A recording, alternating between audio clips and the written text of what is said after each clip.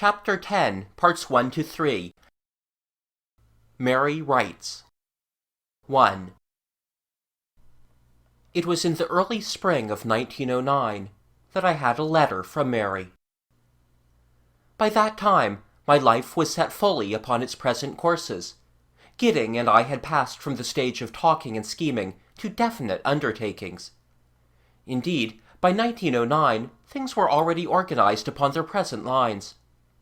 We had developed a huge publishing establishment, with one big printing plant in Barcelona and another in Manchester, and we were studying the peculiar difficulties that might attend the establishment of a third plant in America.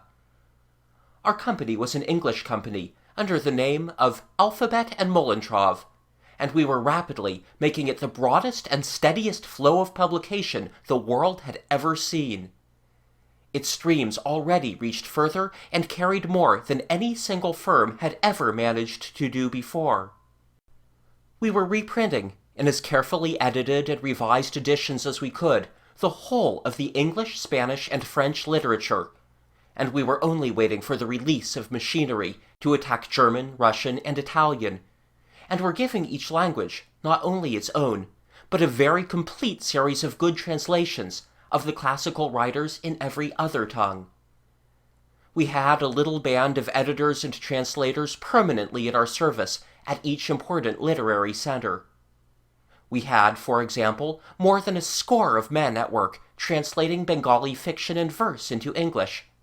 A lot of that new literature is wonderfully illuminating to an intelligent Englishman. And we had a couple of men hunting about for new work in Arabic. We meant to give so good and cheap a book, and to be so comprehensive in our choice of books, excluding nothing, if only it was real and living, on account of any inferiority of quality, obscurity of subject, or narrowness of demand, that in the long run, anybody, anywhere, desiring to read anything, would turn naturally and inevitably to our lists. Ours was to be, in the first place, a world literature.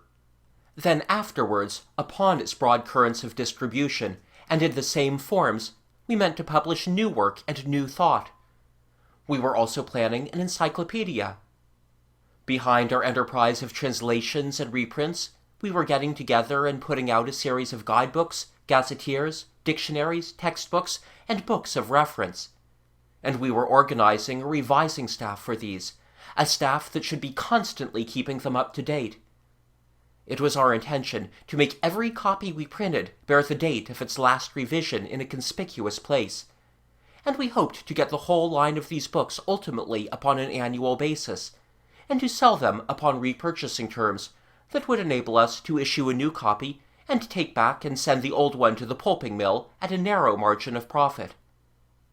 Then we meant to spread our arms wider, and consolidate and offer our whole line of textbooks, guidebooks, and gazetteers, bibliographies, atlases, dictionaries, and directories as a new world encyclopedia that should also annually, or at longest biennially, renew its youth. So far we had gone in the creation of a huge international organ of information, and of a kind of gigantic modern Bible of world literature, and in the process of its distribution we were rapidly acquiring an immense detailed knowledge of the book and publishing trade, finding congestions here, neglected opportunities there, and devising and drawing up 100 schemes for relief, assistance, amalgamation, and rearrangement. We had branches in China, Japan, Peru, Iceland, and 1,000 remote places that would have sounded as far off as the moon to an English or American bookseller in the 70s. China, in particular, was a growing market. We had a subsidiary company running a flourishing line of bookshops in the East End of London, and others in New Jersey, Chicago, Buenos Aires, the south of France, and Ireland. Incidentally, we had bought up some thousands of miles of Labrador forest to ensure our paper supply, and we could believe that before we died, there would not be a corner of the world in which any book of interest or value whatever would not be easily attainable by any intelligent person who wanted to read it.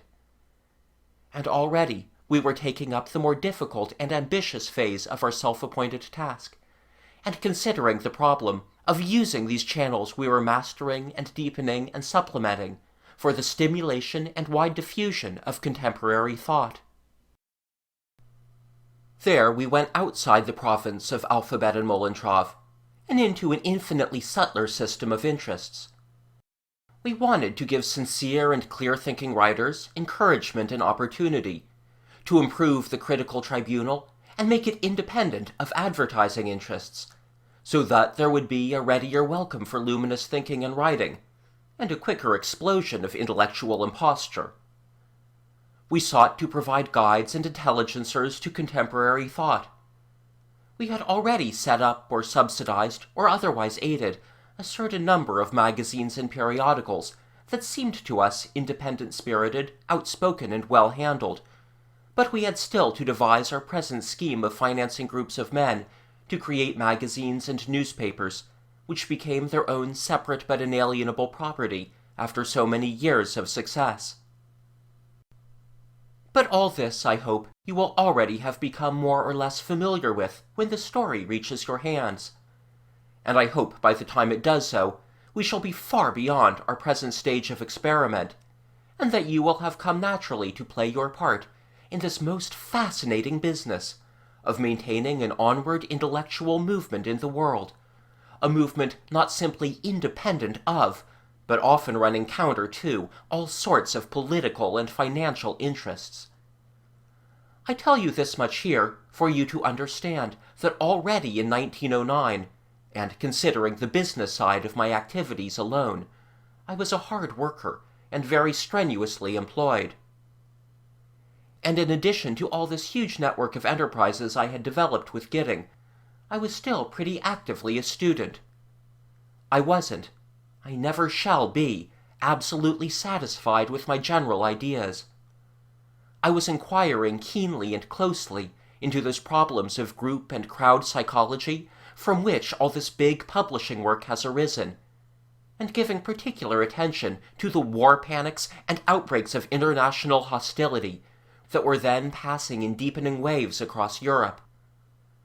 I had already accumulated a mass of notes for the book upon Group Jealousy in Religious Persecution, Racial Conflicts, and War, which I hope to publish the year after next, and which therefore I hope you will have read long before this present book can possibly come to you. And moreover, Rachel and I had established our home in London, in the house we now occupy during the winter and spring, and both you and your little sister had begun your careers as inhabitants of this earth. Your little sister had indeed but just begun. And then, one morning at the breakfast table, I picked a square envelope out of a heap of letters, and saw the half-forgotten and infinitely familiar handwriting of Lady Mary Justin. The sight of it gave me an odd mixture of sensations. I was startled, I was disturbed, I was a little afraid. I hadn't forgiven her yet. It needed but this touch to tell me how little I had forgotten. 2.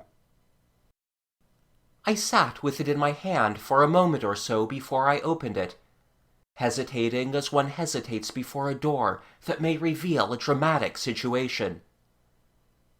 Then I pushed my chair a little back from the table and ripped the envelope. It was a far longer letter than Mary had ever written me in the old days, and in a handwriting as fine as ever, but now rather smaller. I have it still, and here I open its worn folds, and except for a few trifling omissions, copy it out for you. A few trifling omissions, I say. Just one there is that is not trifling, but that I must needs make. You will never see any of these letters, because I shall destroy them so soon as this copy is made. It has been difficult, or I should have destroyed them before. But some things can be too hard for us. This first letter is on the Mardens' notepaper. Its very heading was familiar to me. The handwriting of the earlier sentences is a little stiff and disjointed, and there are one or two scribbled obliterations. It is like someone embarrassed in speaking. And then it passes into her usual and characteristic ease. And as I read, slowly my long-cherished anger evaporated, and the real Mary, outspoken and simple, whom I had obscured by a cloud of fancied infidelities, returned to me. "My dear Stephen," she begins, "about 6 weeks ago I saw in the Times that you have a little daughter. It set me thinking, picturing you with the mite of a baby in your arms.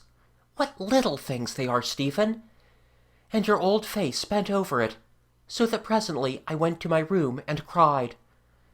It set me thinking about you, so that I have at last written you this letter.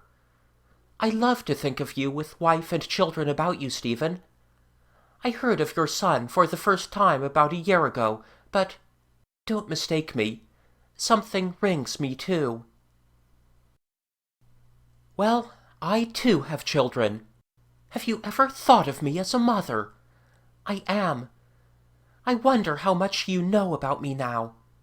I have 2 children, and the youngest is just 2 years old. And somehow it seems to me that now that you and I have both given such earnests of our good behavior, such evidence that that side of life anyhow is effectually settled for us, there is no reason remaining why we shouldn't correspond. You are my brother, Stephen, and my friend and my twin, and the core of my imagination. 50 babies cannot alter that.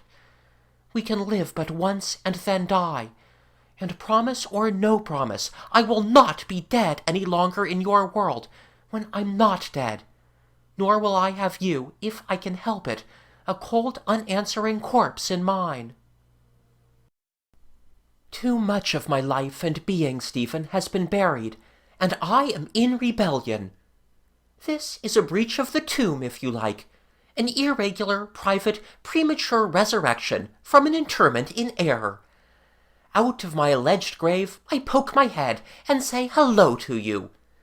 Stephen, old friend, dear friend, how are you getting on? What is it like to you? How do you feel? I want to know about you. I'm not doing this at all furtively, and you can write back to me, Stephen, as openly as your heart desires. I have told Justin I should do this. I rise, you see, blowing my own trump. Let the other graves do as they please. Your letters will be respected, Stephen, if you choose to rise also and write me a letter. Stephen, I've been wanting to do this for all the time. If there was thought reading, you would have had 1,000 letters. But formerly I was content to submit, and latterly I've chafed more. I think that as what they call passion has faded, the immense friendliness has become more evident, and made the bar less and less justifiable. You and I have had so much between us, beyond what somebody the other day, it was in a report in the Times, I think, was calling materia matrimoniala. And of course I hear about you from all sorts of people, and in all sorts of ways. Whatever you have done about me, I've had a woman's sense of honor about you, and I've managed to learn a great deal without asking forbidden questions. I've pricked up my ears at the faintest echo of your name. They say you have become a publisher with an American partner, a sort of Harmsworth and Nelson and Times Book Club and Hooper and Jackson all rolled into one. That seems so extraordinary to me that for that alone I should have had to write to you. I want to know the truth of that. I never see any advertisement of Stratton and Company, or get any inkling of what it is you publish.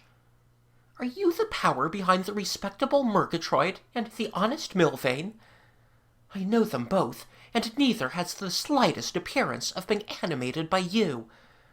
and equally perplexing is your being mixed up with an American like that man Gidding in peace conferences and social reform congresses and so forth. It's so Carnegie-ish. There, I'm sure, because I've seen your name in reports of meetings, and I've read your last 2 papers in the Fortnightly. I can't imagine you, of all people, with your touch of reserve, launching into movements and rubbing shoulders with faddists. What does it mean, Stephen? I had expected to find you coming back into English politics, speaking and writing on the lines of your old beginning, taking up that work you dropped. It's 6 years now ago. I've been accumulating disappointment for 2 years. Mr. Arthur, you see, on our side— this, you will remember, was in 1909— still steers our devious party courses, and the tariff reformers have still to capture us. Weston Massingay was comparing them the other night, at a dinner at the Kleins, to a crowded piratical galley, trying to get alongside a good seaman in rough weather.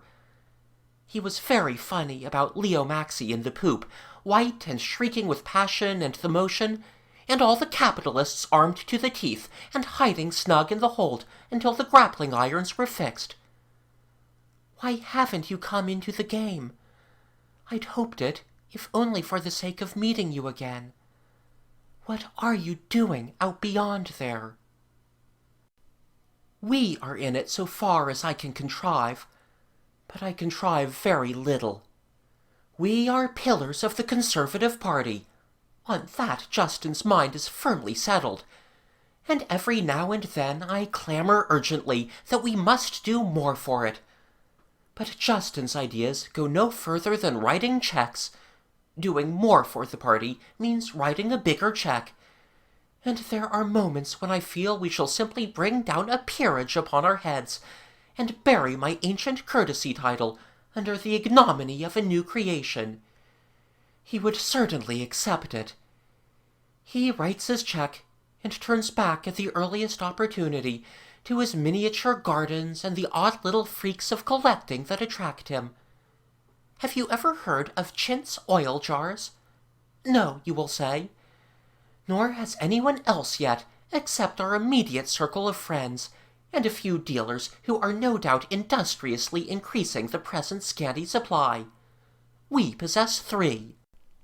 They are matronly-shaped jars, about 2 feet or a yard high, of a kind of terracotta with wooden tops surmounted by gilt acorns, and they have been covered with white paint, and on this flowers and birds and figures from some very rich old chintz have been stuck very cunningly, and then everything has been varnished, and there you are.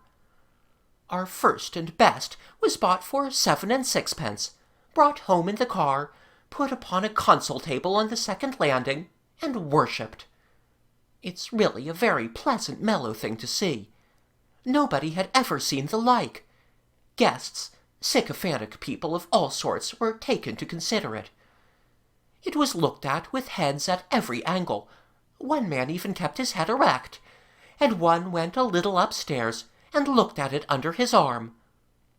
Also, the most powerful lenses have been used for a minute examination, and one expert licked the varnish and looked extremely thoughtful and wise at me as he turned the booty over his gifted tongue. And now, God being with us, we mean to possess every specimen in existence, before the Americans get hold of the idea. Yesterday, Justin got up and motored 60 miles to look at an alleged 4th. Oh, my dear, I am writing chatter. You perceive I've reached the chattering stage. It is the fated end of the clever woman in a good social position nowadays. Her mind beats against her conditions for the last time, and breaks up into this carping talk, this spume of observation and comment, this anecdotal natural history of the restraining husband, as waves burst out their hearts in a foam upon a reef. But it isn't chatter I want to write to you. Stephen, I'm intolerably wretched. No creature has ever been gladder to have been born than I was for the first 25 years of my life. I was full of hope, and I was full, I suppose, of vanity and rash confidence. I thought I was walking on solid earth, with my head reaching up to the clouds, and that sea and sky and all mankind were mine for the smiling. And I am nothing, and worse than nothing. I am the ineffectual mother of 2 children, a daughter whom I adore, but of her I may not tell you, and a son who is too like his father for any fury of worship, a stolid little creature. That is all I have done in the world, a mere blink of maternity, and my blue Persian, who is scarcely 2 years old, has already had 9 kittens. My husband and I have never forgiven each other the indefinable wrong of not pleasing each other. That embitters more and more. To take it out of each other is our role. I have done my duty to the great new line of Justin by giving it the air it needed, and now a polite and silent separation has fallen between us. We hardly speak except in company. I have not been so much married, Stephen, I find, as collected, and since our tragic misadventure. But there were beautiful moments, Stephen, unforgettable glimpses of beauty in that. Thank God, I say impenitently, for that.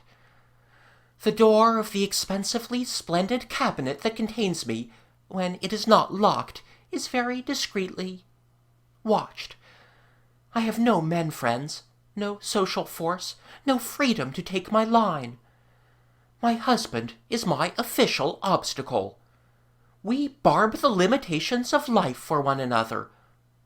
A little while ago he sought to chasten me, to rouse me rather, through jealousy, and made me aware, indirectly but a little defiantly, of a young person of artistic gifts, in whose dramatic career he was pretending a conspicuous interest. I was jealous and roused, but scarcely in the way he desired. This, I said quite cheerfully, means freedom for me, Justin. And the young woman vanished from the visible universe with an incredible celerity. I hope she was properly paid off, and not simply made away with by a minion.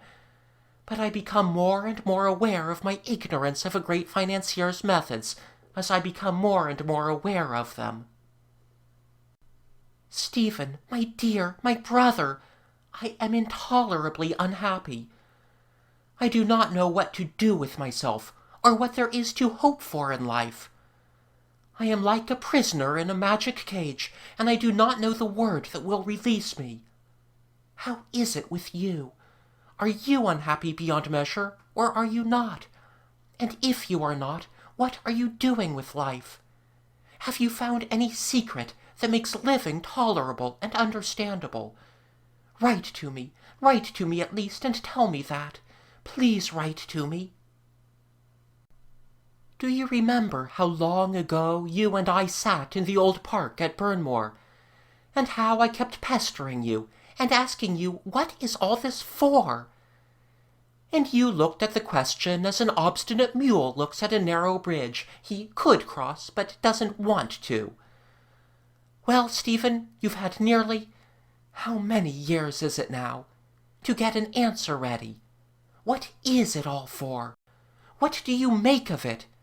Never mind my particular case, or the case of women with a capital W. Tell me your solution. You are active. You keep doing things. You find life worth living. Is publishing a way of peace for the heart? I am prepared to believe even that. But justify yourself. Tell me what you have got there to keep your soul alive. 3. I read this letter to the end and looked up, and there was my home about me, a room ruddy brown and familiar, with the row of old pewter things upon the dresser, the steel engravings of former Stratons that came to me from my father, a convex mirror exaggerating my upturned face. And Rachel, just risen again, sat at the other end of the table, a young mother, fragile and tender-eyed. The clash of these two systems of reality was amazing. It was as though I had not been parted from Mary for a day, as though all that separation and all that cloud of bitter jealousy had been a mere silence between two people in the same room. Indeed, it was extraordinarily like that, as if I had been sitting at a desk, imagining myself alone, reading my present life as one reads in a book at a shaded lamp. And then suddenly that silent other had spoken. And then I looked at the page of my life before me, and became again a character in the story. I met the enquiry in Rachel's eyes. "It's a letter from Mary Justin," I said. She did not answer for a few moments. She became interested in the flame of the little spirit lamp that kept her coffee hot. She finished what she had to do with that, and then remarked, "I thought you two were not to correspond." "Yes," I said, putting the letter down. "That was the understanding." There was a little interval of silence, and then I got up and went to the fireplace where the bacon and sausages stood upon a trivet. "I suppose," said Rachel, "she wants to hear from you again." "She thinks that now we have children, and that she has too, we can consider what was past and closed and done with, and she wants to hear about me. Apart from everything else, we were very great friends." "Of course," said Rachel, with lips a little awry. "Of course, you must have been great friends, and it's natural for her to write." "I suppose," she added, "her husband knows." "She's told him, she says." Her eye fell on the letter in my hand for the smallest fraction of a second, and it was as if hastily she snatched away a thought from my observation. I had a moment of illuminating embarrassment. So far, we had contrived to do as most young people do when they marry. We had sought to make our lives unreservedly open to one another. We had affected an entire absence of concealments about our movements, our thoughts. If perhaps I had been largely silent to her about Mary, it was not so much that I sought to hide things from her, as that I myself sought to forget. It is one of the things that we learn too late, the impossibility of any such rapid and willful coalescence of souls. But we had maintained a convention of infinite communism since our marriage. We had shown each other our letters as a matter of course, shared the secrets of our friends, gone everywhere together as far as we possibly could. I wanted now to give her the letter in my hand to read, and to do so was manifestly impossible. Something had arisen between us that made out of our unity two abruptly separated figures, masked and veiled. Here were things I knew and understood completely, and that I could not even describe to Rachel. What would she make of Mary's "write to me, write to me"? A mere wish to resume. I would not risk the exposure of Mary's mind and heart and unhappiness to her possible misinterpretation. That letter fell indeed like a pitiless searchlight into all that region of differences ignored, over which we had built the vaulted convention of our complete mutual understanding. In my memory, it seems to me now as though we hung silent for quite a long time over the evasions that were there so abruptly revealed. Then I put the letter into my pocket with a clumsy assumption of carelessness, and knelt down to the fender and sausages. "It will be curious," I said, "to write to her again, to tell her about things." And then, with immense interest, "Are these Chichester sausages you've got here, Rachel, or some new kind?" Rachel roused herself to respond with an equal affectation, and we made an eager conversation about bacon and sausages. For after that startling gleam of divergence, we were both anxious to get back to the superficialities of life again. End of Chapter 10, Parts 1 to 3. Chapter 10, Part 4. Mary writes. 4. I did not answer Mary's letter for 7 or 8 days. During that period, my mind was full of her to the exclusion of every other interest. I reread all that she had to say many times, and with each reading, the effect of her personality deepened. It was all so intensely familiar, the flashes of insight, the blazing frankness, the quick turns of thought, and her absurd confidence in a sort of sane stupidity that she had always insisted upon my possessing, and her unembarrassed affectionateness. Her quick, irregular writing seemed to bring back with it the changing light in her eyes, the intonations of her voice, something of her gesture. I didn't go on discussing with myself whether we two ought to correspond. That problem disappeared from my thoughts. Her challenge to me to justify myself took possession of my mind. That thrust toward self-examination was the very essence of her ancient influence.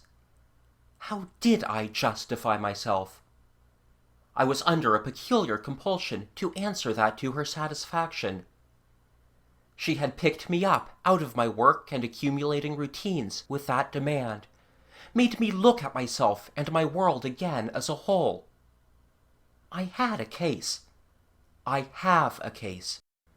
It is a case of passionate faith triumphing over every doubt and impossibility, a case real enough to understand for those who understand, but very difficult to state. I tried to convey it to her. I do not remember at all clearly what I wrote to her. It has disappeared from existence, but it was certainly a long letter.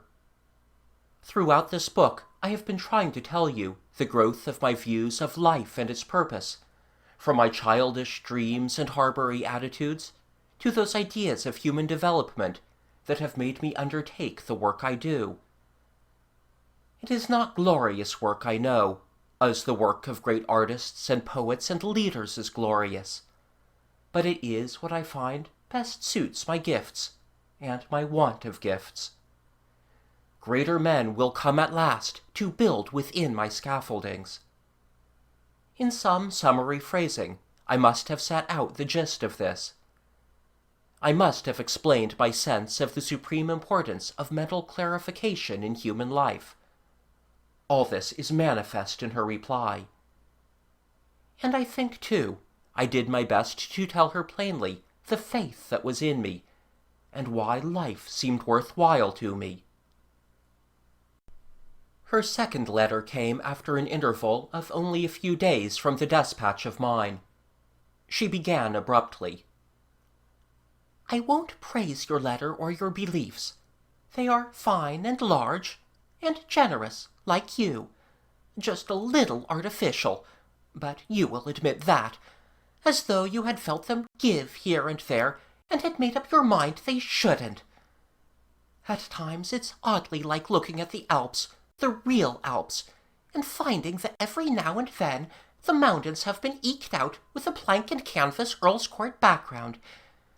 Yes, I like what you say about faith. I believe you are right. I wish I could. Perhaps some day I shall light up and feel you are right.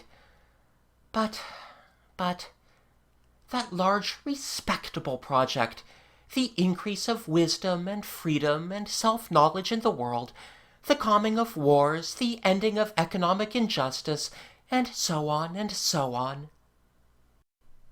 When I read it first, it was like looking at a man in profile and finding him solid and satisfactory.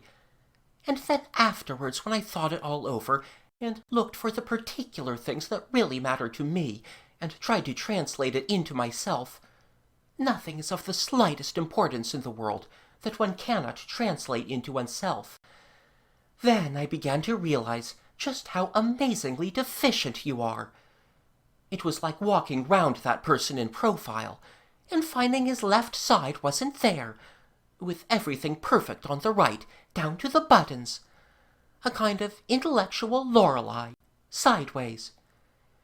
You've planned out your understandings and tolerances and enquiries and clearings up as if the world were all just men, or citizens, and nothing doing but racial and national and class prejudices and the exacting and shirking of labor, and you seem to ignore altogether that man is a sexual animal first. First, Stephen, first. That he has that in common with all the animals. That it made him indeed, because he has it more than they have. And after that, a long way after that, he is the labor-economizing, war and feud-making creature you make him out to be. A long way after that. Man is the most sexual of all the beasts, Stephen. Half of him, womankind, rather more than half, isn't simply human at all. It's specialized for the young, not only naturally and physically as animals are, but mentally and artificially. Womankind isn't human, it's reduced human. It's the sex, as the Victorians used to say. And from the point of view of the Lex Julia, and the point of view of Mr. Malthus, and the point of view of biologists and saints and artists and everyone who deals in feeling and emotion, and from the point of view of all us poor specialists smothered up in our clothes and restrictions, the future of the sex is the center of the whole problem of the human future about which you are concerned. All this great world state of your man's imagination is going to be wrecked by us if you ignore us. We women are going to be the Goths and Huns of another decline and fall. We are going to sit in the conspicuous places of the world and loot all your patient accumulations. We are going to abolish your offspring and turn the princes among you into undignified slaves. Because, you see, specialized as we are not quite specialized. We are specialized under duress. And at the first glimpse of a chance, we abandon our cradles and drop our pots and pans, and go for the vast and elegant side possibilities of our specialization. Out we come, looking for the fun the men are having. Dress us, feed us, play with us. We'll pay you an excitement, tremendous excitement. The state, indeed! All your little triumphs of science and economy, all your little accumulations of wealth, that you think will presently make the struggle for life an old story and the millennium possible. We spend. And all your dreams of brotherhood. We will set you by the ears. We hold ourselves up as my little Christian nephews, Philip's boys, do some coveted object, and say, Quis? And the whole brotherhood shouts, Ego, to the challenge. Back you go into individualism at the word, and all your brotherhood crumbles to dust again. How are you going to remedy it? How are you going to protect that great state of your dreams from this anti-citizenship of sex? You give no hint. You are planning nothing, Stephen, nothing to meet this. You are fighting with an army all looting and undisciplined, frantic with the private jealousies that center about us, feuds, cuts, expulsions, revenges, and you are giving out orders for an army of saints. You treat us as a negligible quantity, and we are about as negligible as a fire in the woodwork of a house that is being built. I read what I have written, Stephen, and I perceive I have the makings of a fine scold in me. Perhaps under happier conditions, I should certainly have scolded you, constantly, continually. Never did a man so need scolding. And like any self-respecting woman, I see that I use half my words in the wrong meanings in order to emphasize my point. Of course, when I write woman in all that has gone before, I don't mean woman. It is a woman's privilege to talk or write incomprehensibly and insist upon being understood. So that I expect you already to understand that what I mean isn't that men are creative and unselfish and brotherly and so forth, and that women are spoiling and going to spoil the game. Although, and notwithstanding, that is exactly what I have written. But that humans are creative and unselfish, etc., and so forth, and that it is their sexual, egotistical, passionate side, which is ever so much bigger relatively in a woman than in a man, and that is why I wrote as I did, which is going to upset your noble and beautiful apple cart. But it is not only that by nature we are more largely and gravely and importantly sexual than men, but that men have shifted the responsibility for attraction and passion upon us, and made us pay in servitude and restriction and blame for the common defect of the species. So that you see, really I was right all along, in writing of this as though it was women when it wasn't, and I hope now it is unnecessary for me to make my meaning clearer than it is now and always has been in this matter. And so, resuming our discourse, Stephen, which only my sense of your invincible literalness could ever have interrupted, what are you going to do with us? I gather from a hint, rather than accept as a statement, that you propose to give us votes. Stephen, do you really think that we are going to bring anything to bear upon public affairs worth having? I know something of the contemporary feminine intelligence. Justin makes no serious objection to a large and various circle of women friends, and over my little sitting-room fire in the winter, and in my corners of our various gardens in the summer, and in walks over the heather at Marden's and in Scotland, there are great talks and confessions of love, of mental freedom, of ambitions, and belief and unbelief, more particularly of unbelief. I have sometimes thought of compiling a dictionary of unbelief, a great list of the things that a number of sweet, submissive, value-above-rubies wives have told me they did not believe in. It would amaze their husbands beyond measure. The state of mind of women about these things, Stephen, is dreadful. I mean, about all these questions. You know what I mean.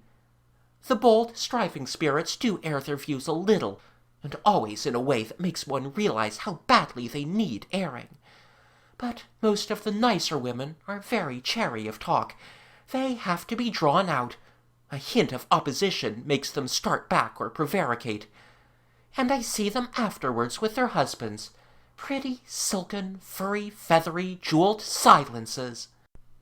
All their suppression doesn't keep them orthodox. It only makes them furtive and crumpled and creased in their minds, in just the way that things get crumpled and creased if they are always being shoved back into a drawer. You have only to rout about in their minds for a bit. They pretend at first to be quite correct, and then out comes the nasty little courage of the darkness. Sometimes there is even an apologetic titter. They are quite emancipated, they say. I have misunderstood them. Their emancipation is like those horrid white lizards that grow in the Kentucky caves out of the sunlight. They tell you they don't see why they shouldn't do this or that. Mean things, underhand things, cheap, vicious, sensual things. Are there, I wonder, the same dreadful little caverns in men? I doubt it. And then comes a situation that really tries their quality. Think of the quandary I got into with you, Stephen. And for my sex, I'm rather a daring person. The way in which I went so far, and then ran away. I had a kind of excuse, in my illness. That illness, such a queer, untimely, feminine illness.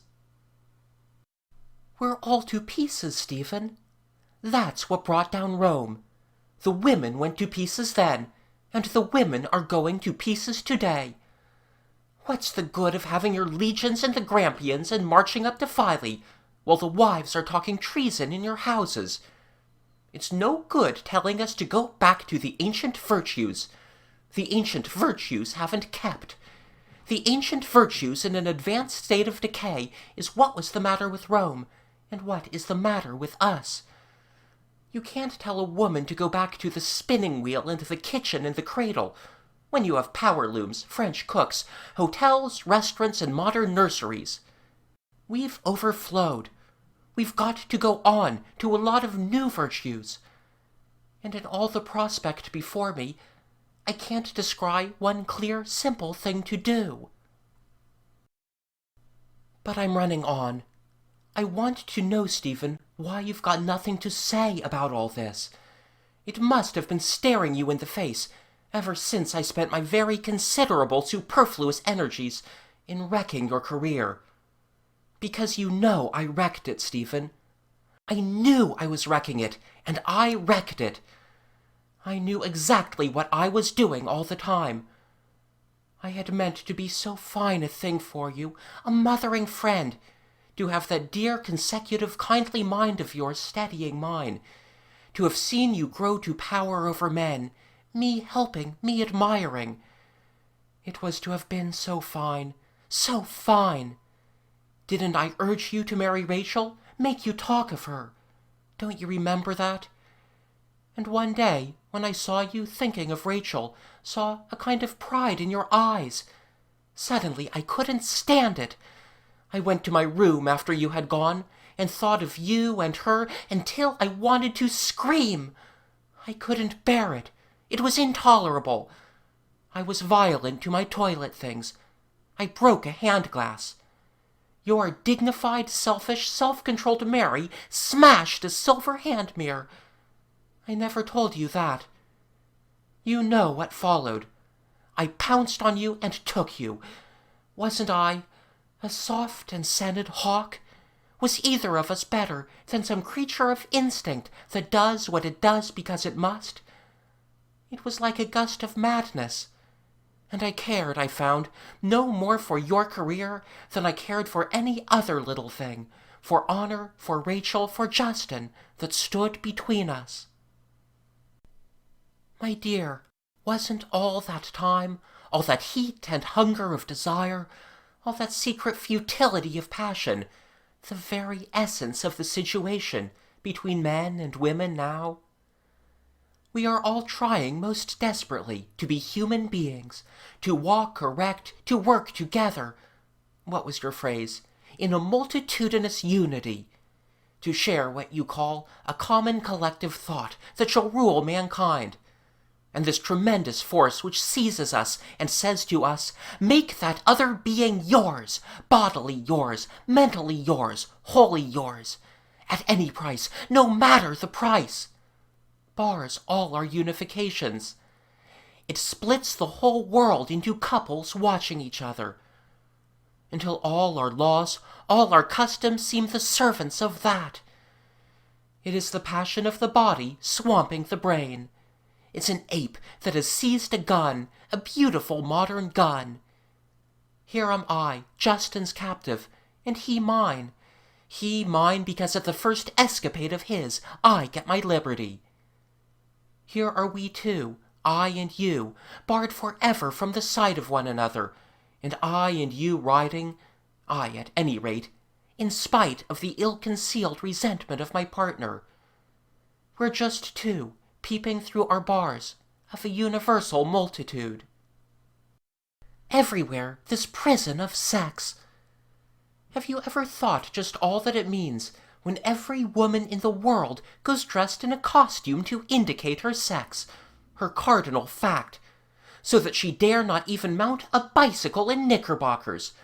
She has her hair grown long to its longest, because yours is short, and everything conceivable is done to emphasize and remind us, and you, of the fundamental trouble between us, as if there was need of reminding. Stephen, is there no way out of this? Is there no way at all? Because if there is not, then I had rather go back to the harem than live as I do now, imprisoned in glass, with all of life inside of me and none in reach. I had rather Justin beat me into submission and mental tranquillity, and that I bore him an annual, probably deciduous, child. I can understand so well now that feminine attitude that implies, Well, if I must have a master, then the more master the better. Perhaps that is the way, that nature will not let us poor humans get away from sex, and I am merely, what is it, an abnormality, with whiskers of enquiry sprouting from my mind. Yet I don't feel like that. I'm pouring into these letters, Stephen, the concentrated venom of years of brooding. My heart is black with rebellion against my lot and against the lot of woman. I have been given life and a fine position in the world. I made one fatal blunder in marrying to make these things secure, and now I can do nothing with it all, and I have nothing to do with it. It astounds me to think of the size of our establishment, Stephen, of the extravagant way in which whole counties and great countries pay tribute to pile up the gigantic heap of wealth, upon which we too lead our lives of feudal entanglement. In this place alone there are 14 gardeners and garden helps, and this is not one of our garden places. 3 weeks ago I spent £1,000 on clothes in one great week of shopping, and our yearly expenditure upon personal effect, upon our magnificence and our margins, cannot be greatly less than £45,000. I walk about our house and gardens. I take one of the carriages or one of the automobiles, and go to some large pointless gathering of hundreds and thousands of pounds, and we walk about and say empty little things, and the servants don't laugh at us, the butlers don't laugh at us, the people in the street tolerate us. It has an effect of collective insanity. You know the story of one of those dear barons of the Cinque Ports, a decent plumber body from Rye or Winchelsea, one of the 6 or 8 who claimed the privilege of carrying the canopy over the king. She is speaking of King Edward's coronation, of course. How that he was discovered suddenly to be speaking quite audibly to the sacred presence so near to him. It is very remarkable. We should be here, your majesty. Very remarkable. And then he subsided, happily unheard, into hopeless embarrassment. That is exactly how I feel, Stephen. I feel I can't stand it much longer, that presently I shall splutter and spoil the procession. Perhaps I don't properly estimate our position in the fabric, but I can't get away from the feeling that everything in social life leads up to this, to us, the ridiculous canopy. If so, then the universe means nothing. It's blowing great forms and shapes as a swamp blows bubbles.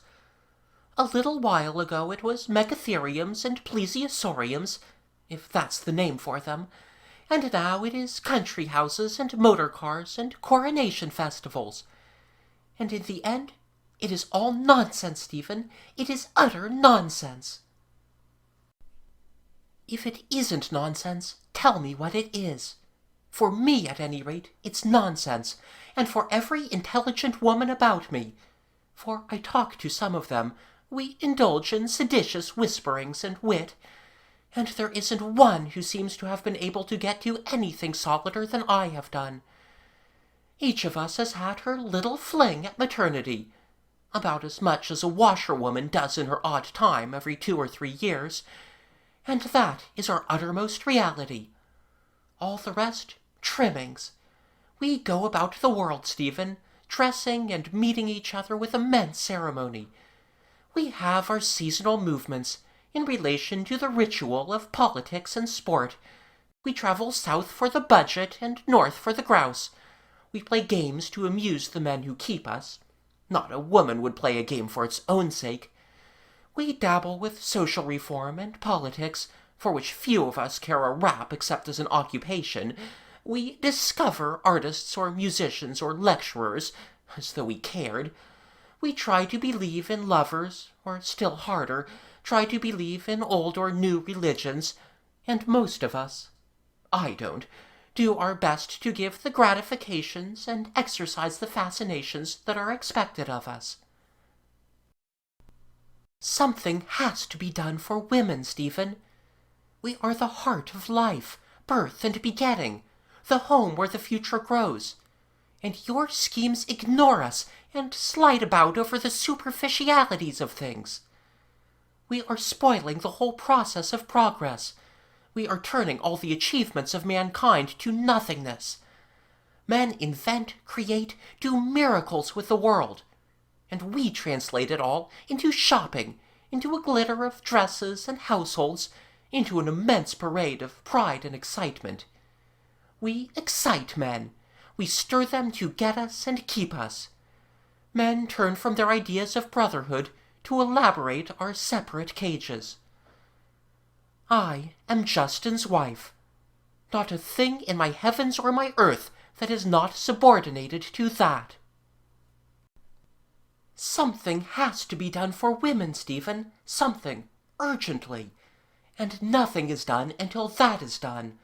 Some release from their intolerable subjection to sex, so that for us everything else in life, respect, freedom, social standing, is entirely secondary to that.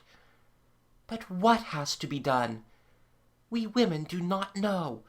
Our efforts to know are among the most desolating of spectacles. I read the papers of those suffrage women. The effect is more like agitated geese upon a common than anything human has a right to be. That's why I turn to you. Years ago I felt, and now I know, there is about you a simplicity of mind, a foolishness of faith, that is stronger and greater than the cleverness of any woman alive. You are one of those strange men who take high and sweeping views, as larks soar. It isn't that you yourself are high and sweeping. No, but still I turn to you. In the old days I used to turn to you and shake your mind and make you think about things you seemed too sluggish to think about without my clamor. Once, do you remember, at Marden's I shook you by the ears. And when I made you think, you thought, as I could never do. Think now about women. Stephen, there are moments when it seems to me that this futility of women, this futility of men's effort through women, is a fated futility in the very nature of things. We may be saddled with it, as we are with all the animal infirmities we have, with appendixes and such-like things inside of us, and the passions and rages of apes, and a tail. I believe we have a tail curled away somewhere, haven't we? Perhaps mankind is so constituted that badly as they get along now, they couldn't get along at all if they let women go free and have their own way with life. Perhaps you can't have two sexes loose together. You must shut up one. I've a horrible suspicion that all these anti-suffrage men, like Lord Cromer and Sir Ray Lancaster, must know a lot about life that I do not know.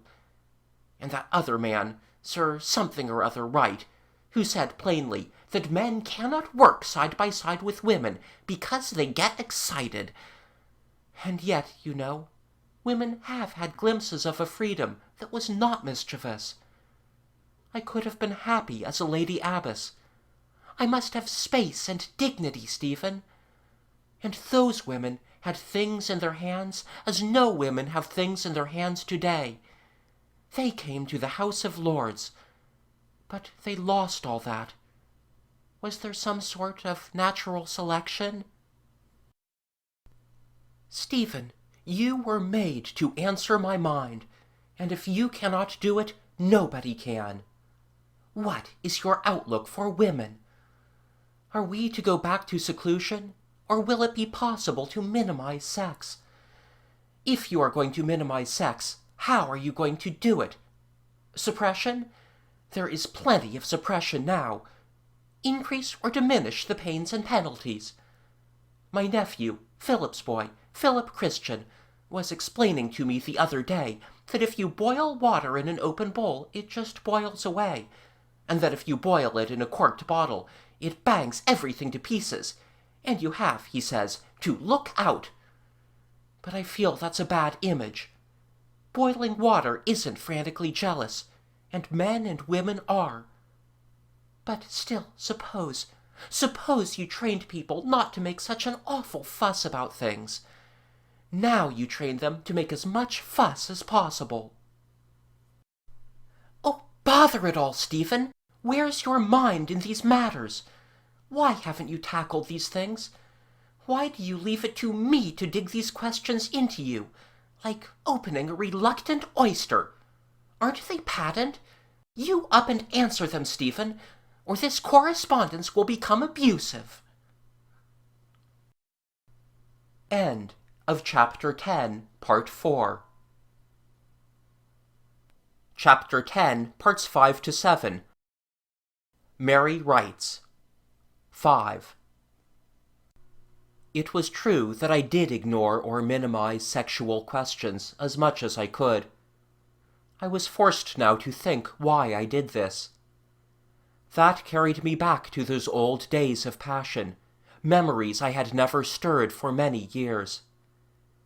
And I wrote to Mary that there was, indeed, no reason but a reasonable fear, that in fact I had dismissed them because they had been beyond my patience and self-control, because I could not think very much about them, without an egotistical reversion to the bitterness of my own case.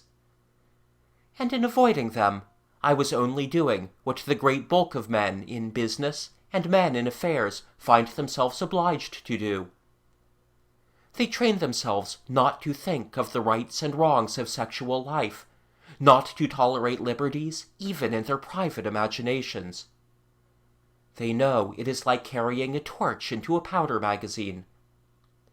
They feel they cannot trust their own minds beyond the experience, tested usages, and conventions of the ages, because they know how many of those who have ventured further have been blinded by mists and clouds of rhetoric, lost in inexplicable puzzles, and wrecked disastrously. There in those half-explored and altogether unsettled hinterlands lurk desires that sting like adders and hatreds cruel as hell.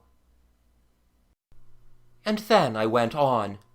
I do not clearly remember now the exact line of argument I adopted, to urge upon her that our insoluble puzzles were not necessarily insoluble puzzles for the world at large, that no one soldier fights anything but a partial battle, and that it wasn't an absolute condemnation of me to declare that I went on living and working for social construction, with the cardinal riddles of social order so far as they affected her unsolved. Wasn't I, at any rate, preparing apparatus for that huge effort at solution that mankind must ultimately make? Wasn't this dredging out and deepening of the channels of thought about the best that we could hope to do at the present time, seeing that to launch a keel of speculation prematurely was only to strand oneself among hopeless reefs and confusions? Better prepare for a voyage tomorrow than sail to destruction today. Whatever I put in that forgotten part of my letter was put less strikingly than my first admissions, and anyhow it was upon these that Mary pounced to the disregard of any other point. "There you are," she wrote, with something like elation. "There is a tiger in the garden, and you won't talk or think about it for fear of growing excited. That is my grievance against so much historical and political and social discussion. Its hopeless futility because of its hopeless omissions. You plan the world's future, taking the women and children for granted, with egotistical sex, as you call it, a prowling monster upsetting everything you do." But I will not give you that particular letter in its order, nor its successors. Altogether, she wrote me 22 letters, and I 1 or 2 more than that number to her. And, a thing almost inevitable in a discussion by correspondence, there is a lot of overlapping and recapitulation. Those letters spread over a space of nearly 2.5 years. Again and again, she insists upon the monstrous exaggeration of the importance of sex in human life, and of the need of some reduction of its importance, and she makes the boldest experimental suggestions for the achievement of that end. But she comes slowly to recognize that there is a justification for an indirect attack, that sex and the position of women do not constitute the primary problem in that bristling system of riddles that lies like a hostile army across the path of mankind. And she realized, too, that through art, through science and literature, and the whole inquiring and creative side of man's nature, lies the path by which those positions are to be outflanked, and those eternal-looking impossibles and inconceivables overcome. Here is a fragment, saturated with the essence of her thought. 3/4 of her earlier letters are variations on this theme.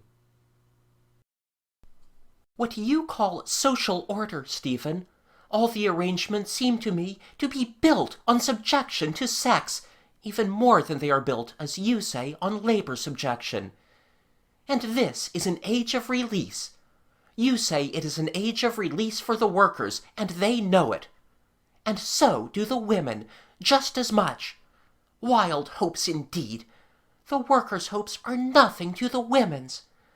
It is not only the workers who are saying, let us go free, manage things differently, so that we may have our lives relieved from this intolerable burthen of constant toil. But the women also are saying, let us go free. They are demanding release just as much from their intolerable endless specialization as females. The tramp on the roads who won't work, the swindler and the exploiter who contrive not to work, the strikers who throw down their tools, no longer for 2 pences and 6 pences, as you say, but because their way of living is no longer tolerable to them. And we women, who don't bear children or work or help, we are all in one movement together. We are part of the general strike. I have been a striker all my life. We are doing nothing, by the 100,000. Your old social machine is working without us and in spite of us. It carries us along with it, and we are sand in the bearings. I'm not a wheel, Stephen, I'm grit. What you say about the reactionaries and suppressionists who would stifle the complaints of labor and crush out its struggles to be free is exactly true about the reactionaries and suppressionists who would stifle the discussion of the woman's position and crush out her hopes of emancipation. And here is a page of the peculiar doubt that was as characteristic of her as the quick changes of her eyes. It gives just that pessimistic touch that tempered her valiant adventurousness, that gave a color at last to the tragedy of her death. Have you ever thought, Stephen, that perhaps these repressionist people are righter than you are, that if the worker gets free, he won't work, and that if the woman gets free, she won't furl her sex and stop disturbing things? Suppose she is wicked as a sex. Suppose she will trade on her power of exciting imaginative men. A lot of these new women run with the hare and hunt with the hounds, beguile some poor innocent of a man to ruin them, and then call in fathers, brothers, husbands, friends, chivalry, all the rest of it, and make the best of both sides of a sex. Suppose we go on behaving like that, after we've got all our emancipations. Suppose that the liberation of common people simply means loafing, no discipline, nothing being done, an end to labor and the beginning of nothing to replace it, and that the liberation of women simply means the elaboration of mischief. Suppose that it is so. Suppose you are just tumbling the contents of the grate into the middle of the room. Then all this emancipation is a decay, even as conservative-minded people say. It's none the less a decay because we want it. And the only thing to stop it is to stop it, and to have more discipline and more suppression, and say to women and the common people, back to the sterner virtues, back to servitude. I wish I hadn't these reactionary streaks in my thoughts, but I have, and there you are. And then, towards the 2nd year, her letters began to break away from her preoccupation with her position as a woman, and to take up new aspects of life, more general aspects of life altogether. It had an effect, not of her having exhausted the subject, but as if, despairing of a direct solution, she turned deliberately to the relief of other considerations. She ceased to question her own life, and taking that for granted, wrote more largely of less tangible things. She remembered that she had said that life, if it was no more than its present appearances, was utter nonsense. She went back to that. "One says things like that," she wrote, "and not for a moment does one believe it. I grumble at my life. I seem to be always weakly and fruitlessly fighting my life. And I love it. I would not be willingly dead, for anything. I'd rather be an old matchwoman selling matches on a freezing night in the streets than be dead. Nothing nonsensical ever held me so tightly or kept me so interested. I suppose really I am full of that very same formless faith on which you rely. But with me it's not only shapeless, but intangible. I nibble at religion. I am immensely attracted. I stand in the doorway. Only when they come out to persuade me to come in, I am like a shy child and I go away. The temples beguile me, and the music, but not the men. I feel I want to join it, and they say join us. They are like vergers, such small things, such dreadful little arguing men. They don't let you come in, they want you to say they are right. All the really religious people seem to be outside nowadays, and all the pretending, cheating, atheistical, vain, and limited people within. But the beautiful things religion gives, the beauty! Do you know St. Paul, Stephen? Latterly I have been there time after time. It is the most beautiful interior in all the world, so great, so somberly dignified, so perfectly balanced, and filled with such wonderful music, brimming with music, just as crystal water brims in a bowl of crystal. The other day I went there, up into a little gallery high up under the dome, to hear Bach's Passion music, the St. Matthew Passion.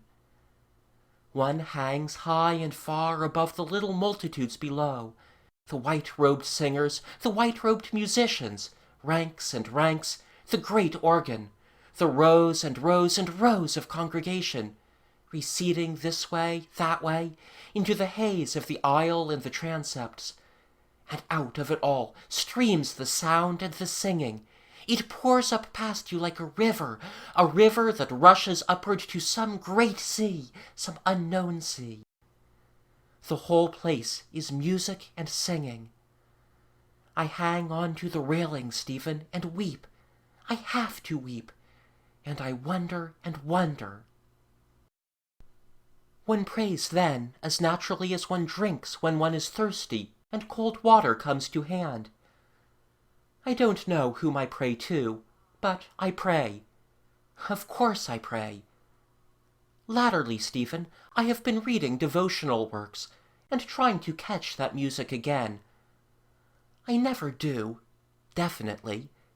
Never.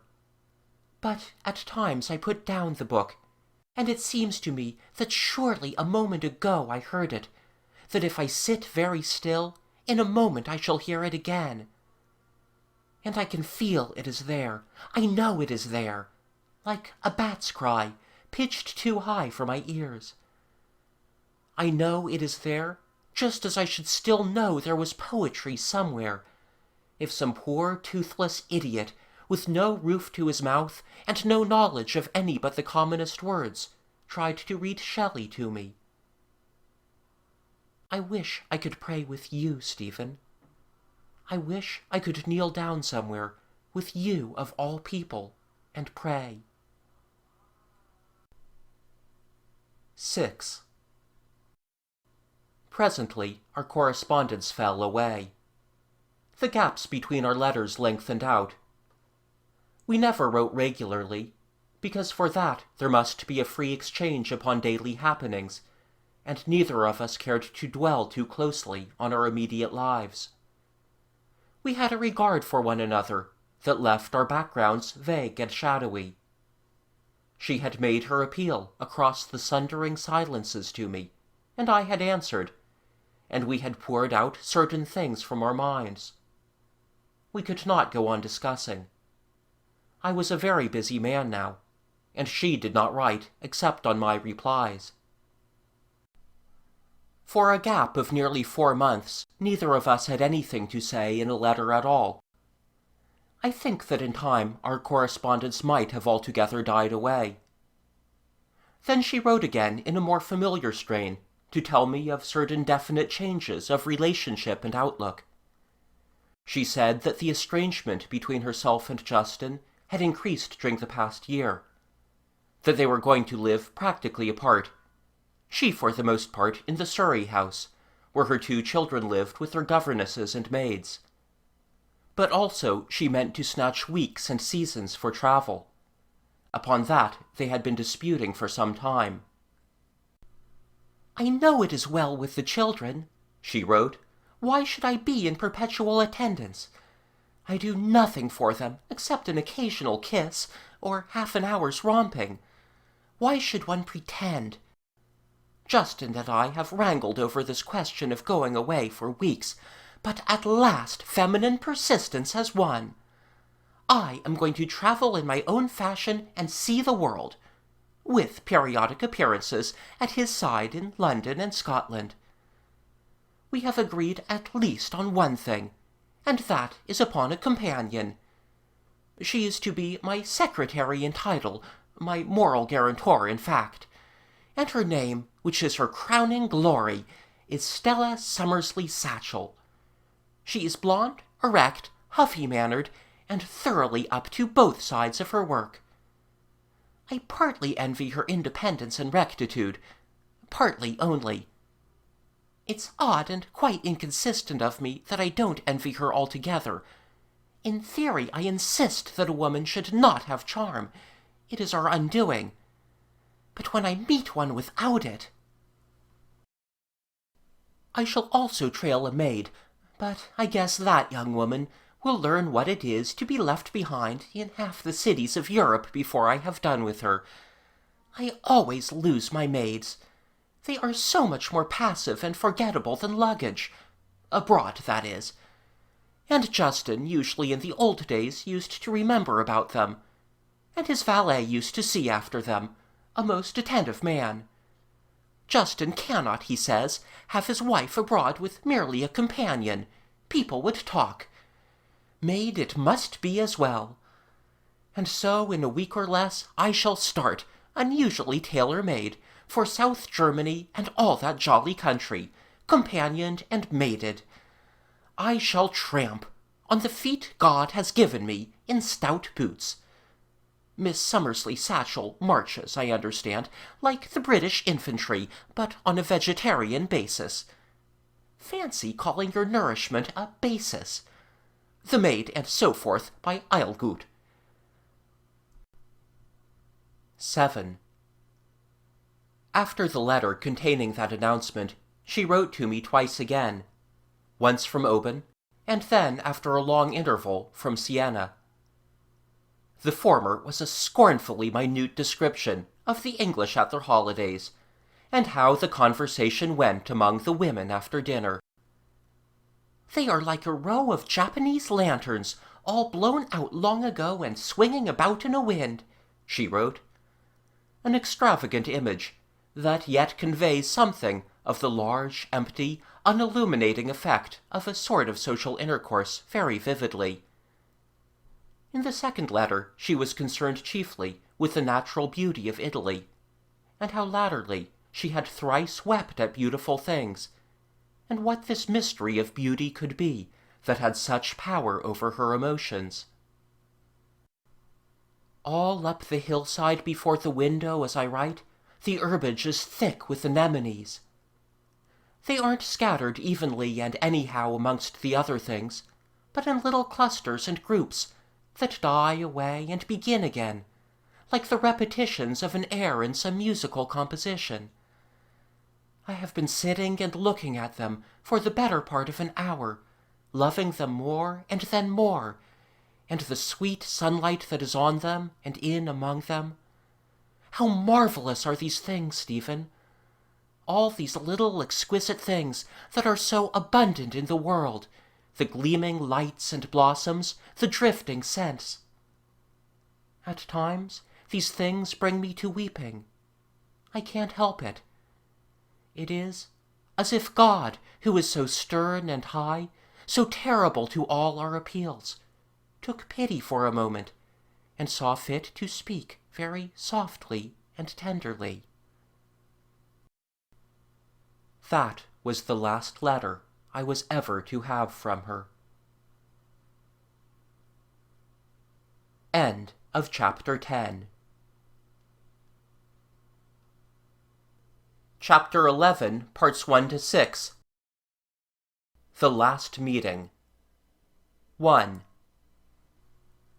In the summer of 1911, immediately after the coronation of King George, there came one of those storms of international suspicion that ever and again threaten Europe with war. It seems to have been brewed by some German adepts at Weltpolitik, those privileged makers of giant bombs who sit at the ears of foreign ministers suggesting idiotic wickedness, and it was brewed with a sublime ignorance of nearly every reality in the case. A German warship, without a word of notice, seized Agadir on the Atlantic coast of Morocco, within the regions reserved to French influence. An English demand for explanations was uncivilly disregarded, and England and France, and presently Germany, began vigorous preparations for war. All over the world, it was supposed that Germany had at last flung down the gauntlet. In England, the war party was only too eager to grasp what it considered to be a magnificent opportunity. Heaven knows what the Germans had hoped or intended by their remarkable coup. The amazing thing to note is that they were not prepared to fight. They had not even the necessary money ready, and they could not get it. They had perhaps never intended to fight, and the autumn saw the danger disperse again into diplomatic bickerings and insincerely pacific professions. But in the high summer the danger had not dispersed, and in common with every reasonable man, I found myself under the shadow of an impending catastrophe that would have been none the less gigantic and tragic because it was an imbecility. It was an occasion when everyone needs must act, however trivially disproportionate his action may be to the danger. I cabled Gidding, who is in America, to get together whatever influences were available there upon the side of Pacific intervention, and I set such British organs as I could control or approach in the same direction. It seemed probable that Italy would be drawn into any conflict that might ensue. It happened that there was to be a conference of peace societies in Milan early in September, and thither I decided to go, in the not very certain hope that out of that assemblage some form of European protest might be evolved. That August I was very much run down. I had been staying in London through almost intolerably hot weather to attend a races congress that had greatly disappointed me. I don't know particularly now why I had been disappointed, nor how far the feeling was due to my being generally run down by the pressure of detailed work and the stress of thinking about large subjects in little scraps of time. But I know that a kind of despair came over me as I sat and looked at that multicolored assembly, and heard in succession the heavy platitudes of white men, the slick, thin cleverness of Hindus, the rich-toned, florid rhetoric of Negroes. I lost sight of any germ of splendid possibility in all those people, and saw all too plainly the vanity, the jealousy, the self-interests that show up so harshly against the professions of every altruistic movement. It seemed all such a windy business, against the firm prejudices, the vast accumulated interests that grind race against race. We had no common purpose at all at that conference, no proposal to hold us together. So much of it was like bleeding on a hillside. I wanted a holiday badly, and then came this war crisis, and I felt unable to go away for any length of time. Even bleeding, it seemed to me, was better than acquiesce in a crime against humanity. So to get heart to bleat at Milan, I snatched at 10 days in the Swiss mountains en route. A tour with some taciturn guide, involving a few middling climbs and glacier excursions, seemed the best way of recuperating. I had never had any time for Switzerland since my first exile there years ago. I took the advice of a man in the club whose name I now forget, if ever I knew it, a dark man with a scar, and went up to the Schwarzeg hut above Grindelwald, and over the Strahleg to the Grimsel. I had never been up into the central mass of the Bernese Oberland before, and I was amazed and extraordinarily delighted by the vast lonely beauty of those interminable uplands of ice. I wished I could have lingered up there. But that is the tragedy of those sunlit desolations. One may not stay. One sees and exclaims, and then looks at a watch. I wonder no one has ever taken an Arctic equipment up into that wilderness, and had a good healing spell of lonely exaltation. I found the descent from the Strahleg as much of a climb as I was disposed to undertake. For an hour we were coming down frozen snow that wasn't so much a slope as a slightly inclined precipice.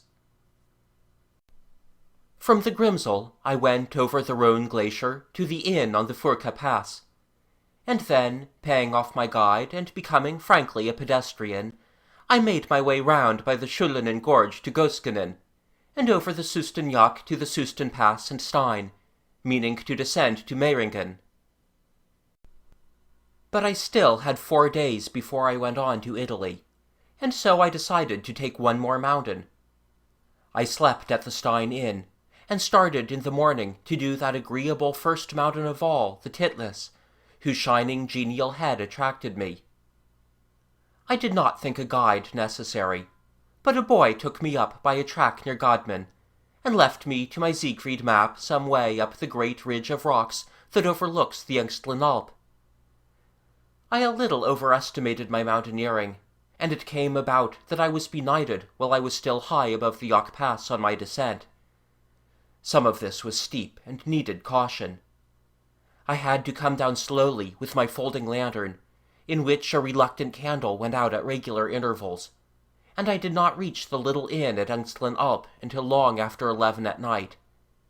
By that time I was very tired and hungry. They told me I was lucky to get a room. Only one stood vacant. I should certainly not have enjoyed sleeping on a billiard table after my day's work, and I ate a hearty supper, smoked for a time, meditated emptily, and went wearily to bed. But I could not sleep. Usually I am a good sleeper, but ever and again when I have been working too closely or overexerting myself, I have spells of wakefulness. And that night, after perhaps an hour's heavy slumber, I became thinly alert and very weary in body and spirit, and I do not think I slept again. The pain in my leg that the panther had torn had been revived by the day's exertion. For the greater part of my life, insomnia has not been disagreeable to me. In the night, in the stillness, one has a kind of detachment from reality. One floats there without light, without weight, feeling very little of one's body. One has a certain disembodiment, and one can achieve a magnanimity of thought, forgiveness, and self-forgetfulness that are impossible while the body clamors upon one's senses. But that night, because, I suppose, I was so profoundly fatigued, I was melancholy and despondent. I could feel again the weight of the great beast upon me as he clawed me down, and I clung, desperately, in that interminable instant before he lost his hold. Yes, I was extraordinarily wretched that night. I was filled with self-contempt and self-disgust. I felt that I was utterly weak and vain, and all the pretensions and effort of my life mere florid, fruitless pretensions, and nothing more. I had lost all control over my mind. Things that had seemed secondary before became primary. Difficult things became impossible things. I had been greatly impeded and irritated in London by the manoeuvres of a number of people who were anxious to make capital out of the crisis, self-advertising people who wanted at any cost to be lifted into a position of unique protest. You see, that unfortunate Nobel Prize has turned the advocacy of peace into a highly speculative profession. The qualification for the winner is so vaguely defined that a vast multitude of voluntary idealists has been created, and a still greater number diverted from the unendowed pursuit of human welfare in other directions. Such a man as myself, who is known to command a considerable publicity, is necessarily a prey to those moral entrepreneurs.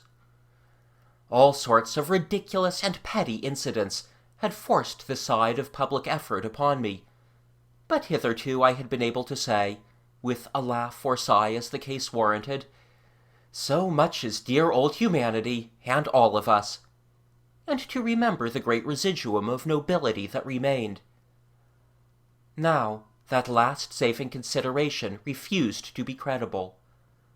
I lay with my body and my mind in pain, thinking these people over, thinking myself over too, with the rest of my associates, thinking drearily and weakly, recalling spites, dishonesties, and vanities, feuds and absurdities, until I was near persuaded that all my dreams of wider human understandings, of great ends beyond the immediate aims and passions of common everyday lives, could be, at best, no more than the refuge of shy and weak and ineffective people from the failure of their personal lives.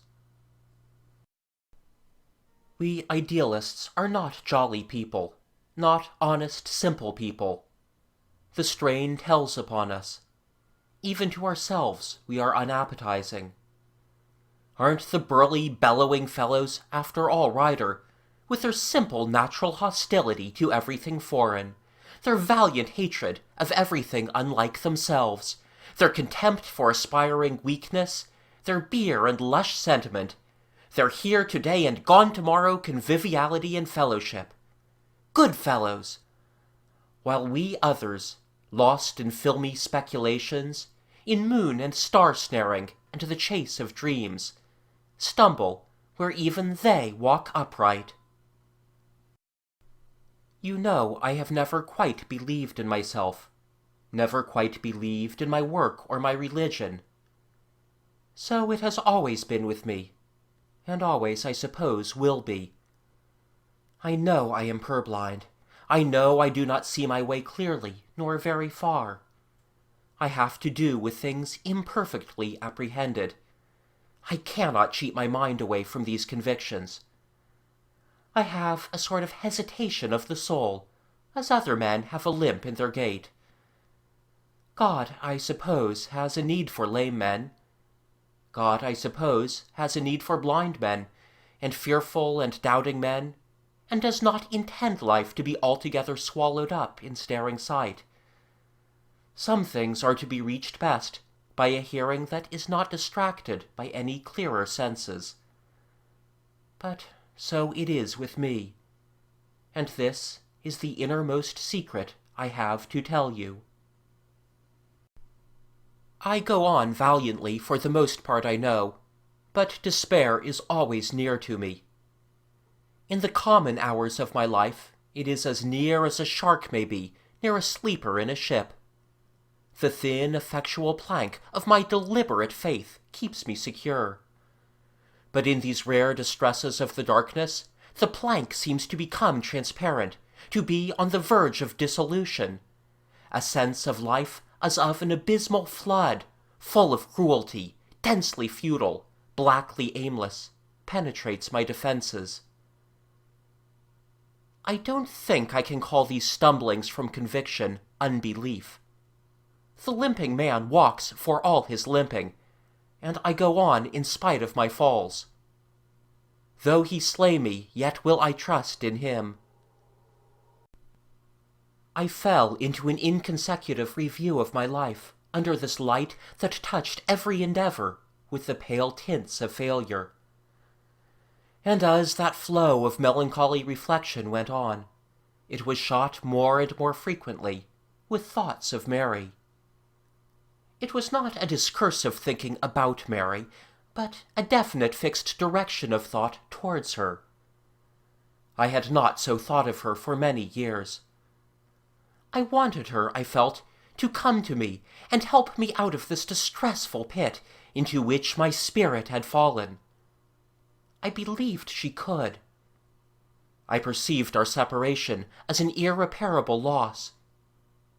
She had a harder, clearer quality than I, a more assured courage, a readier, surer movement of the mind. Always she had lift for me. And then I had a curious impression that I had heard her voice calling my name, as one might call out in one's sleep. I dismissed it as an illusion, and then I heard it again, so clearly that I sat up and listened, breathless. Mixed up with all this was the intolerable uproar and talking of a little cascade not 50 yards from the hotel. It is curious how distressing that clamor of running water, which is so characteristic of the Alpine night, can become. At last, those sounds can take the likeness of any voice whatever. The water, I decided, had called to me, and now it mocked and laughed at me. The next morning, I descended at some late hour by Swiss reckoning, and discovered 2 ladies in the morning sunlight, awaiting breakfast at a little green table. One rose slowly at the sight of me, and stood and surveyed me with a glad amazement. 2. There she stood, real and solid, a little unfamiliar in her tweeds, and with her shining eyes intimate and unforgettable, as though I had never ceased to see them for all those intervening years. And bracing us both and holding back our emotion was, quite unmistakably, Miss Summersley Satchel, a blonde, business-like young woman, with a stumpy nose very cruelly corrugated, and inflamed by a pince-nez that savagely did much more than its duty by its name. She remained seated, tilting her chair a little, pushing herself back from the table and regarding me intelligently. It was one of those moments in life when one is taken unawares. I think our common realization of the need of masking the reality of our encounter, the hasty search in our minds for some plausible face upon this meeting, must have been very obvious to the lady who observed us. Mary's first thought was for a pseudonym. Mine was to make it plain we met by accident. "It's Mr. Stephen," said Mary. "It's you! Dropped out of the sky! From over there. I was benighted and got there late." "Very late?" "One gleam of light, and a yawning waiter, or I should have had to break windows. And then I meet you." Then for a moment or so we were silent, with our sense of the immense gravity of this position growing upon us. A little tow-headed waiter-boy appeared with their coffee and rolls on a tray poised high on his hand. "You'll have your coffee out here with us," said Mary. "Where else?" said I, as though there was no conceivable alternative, and told the tow-headed waiter. Belatedly, Mary turned to introduce me to her secretary. My friend, Miss Summersley Satchel. Mr. Stephen." Miss Satchel and I bowed to each other, and agreed that the lake was very beautiful in the morning light. "Mr. Stephen," said Mary, in entirely unnecessary explanation, "is an old friend of my mother's, and I haven't seen him for years. How is Mrs. Stephen, and the children?" I answered briefly, and began to tell of my climb down the Titlis. I addressed myself with unnecessary explicitness to Miss Satchel. I did perhaps over-accentuate the extreme fortuitousness of my appearance. From where I stood, the whole course of the previous day after I had come over the shoulder was visible. It seemed a soft little shining pathway to the top, but the dangers of the descent had a romantic intensification in the morning light. "The rule of the game," said I, "is that one stops and waits for daylight. I wonder if anyone keeps that rule." We talked for a time of mountains, I still standing a little aloof until my coffee came. Miss Summersley Satchel produced that frequent and most unpleasant byproduct of a British education, an intelligent interest in etymology. "I wonder," she said, with a brow of ruffled omniscience, and eyeing me rather severely with a magnified eye, "why it is called Titlis. There must be some reason." Presently Miss Satchel was dismissed indoors on a transparent excuse, and Mary and I were alone together. We eyed one another gravely. Perhaps all the more gravely because of the wild excitement that was quickening our pulse and breathing, and thrilling through our nerves. She pushed back the plate before her, and put her dear elbows on the table, and dropped her chin between her hands in an attitude that seemed all made of little memories. "I suppose," she said, "something of this kind was bound to happen." She turned her eyes to the mountains shining in the morning light. "I'm glad it has happened in a beautiful place. It might have been anywhere." "Last night," I said, "I was thinking of you and wanting to hear your voice again. I thought I did." "I too. I wonder if we had some dim perception." She scanned my face. "Stephen, you're not much changed. You're looking well. But your eyes, they're dog-tired eyes. Have you been working too hard?" "A conference. What did you call them once? A Carnegie-ish conference in London. Hot weather and fussing work and endless hours of weak, grey, dusty speeches. And perhaps that clamour over there yesterday was too much. It was too much. In India I damaged a leg. I had meant to rest here for a day." "Well, rest here." "With you?" "Why not, now you are here?" "But, after all, we've promised." "It's none of our planning, Stephen." "It seems to me I ought to go right on, so soon as breakfast is over." She weighed that with just the same still pause, the same quiet moment of lips and eyes that I recalled so well. It was as things had always been between us, that she should make her decision first, and bring me to it. "It isn't natural," she decided, "with the sun rising and the day still freshly beginning, that you should go or that I should go. I've wanted to meet you like this and talk about things 10,000 times. And as for me, Stephen, I won't go. And I won't let you go if I can help it. Not this morning, anyhow. No, go later in the day if you will, and let us two take this one talk that God himself has given us. We've not planned it. It's his doing, not ours." I sat, yielding. "I am not so sure of God's participation," I said, "but I know I am very tired, and glad to be with you. I can't tell you how glad. So glad. I think I should weep if I tried to say it. 3, 4, 5 hours, perhaps? Even if people know. Is it so much worse than 30 minutes? We've broken the rules already. We've been flung together. It's not our doing, Stephen. A little while longer adds so little to the offense, and means to us. Yes, I said, but if Justin knows. He won't. Your companion? There was the briefest moment of reflection.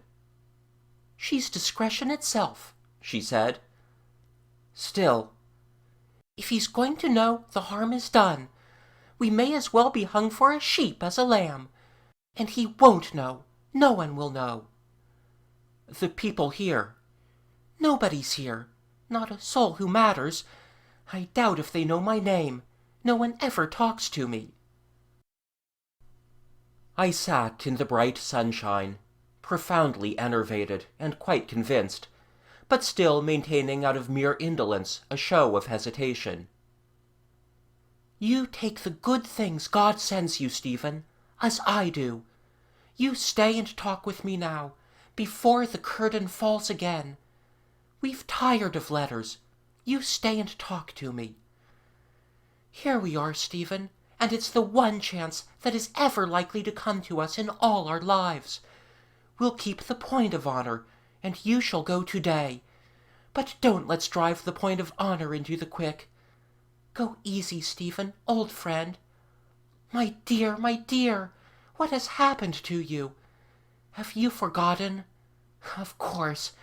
Is it possible for you to go, mute, with so much that we can say? And these mountains and the sunlight? I looked up to see her with her elbows on the table, and her hands clasped under her chin, that face close to mine, her dear blue eyes watching me, and her lips a little apart. No other human being has ever had that effect upon me, so that I seem to feel the life and stir in that other body more than I feel my own. 3.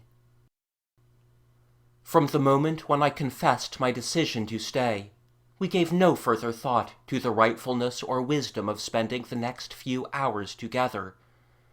We thought only of those hours. Things lent themselves to us.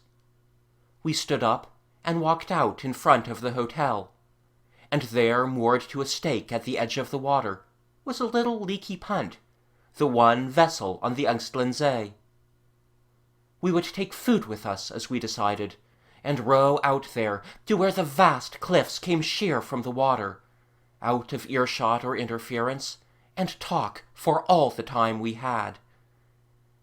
And I remember now how Mary stood and called to Miss Satchel's window to tell her of this intention, and how I discovered again that exquisite slender grace I knew so well. You know, the very rowing out from the shore had in it something sweet and incredible. It was as if we were but dreaming together, and might at any moment awaken again, countless miles and 1,000 things apart.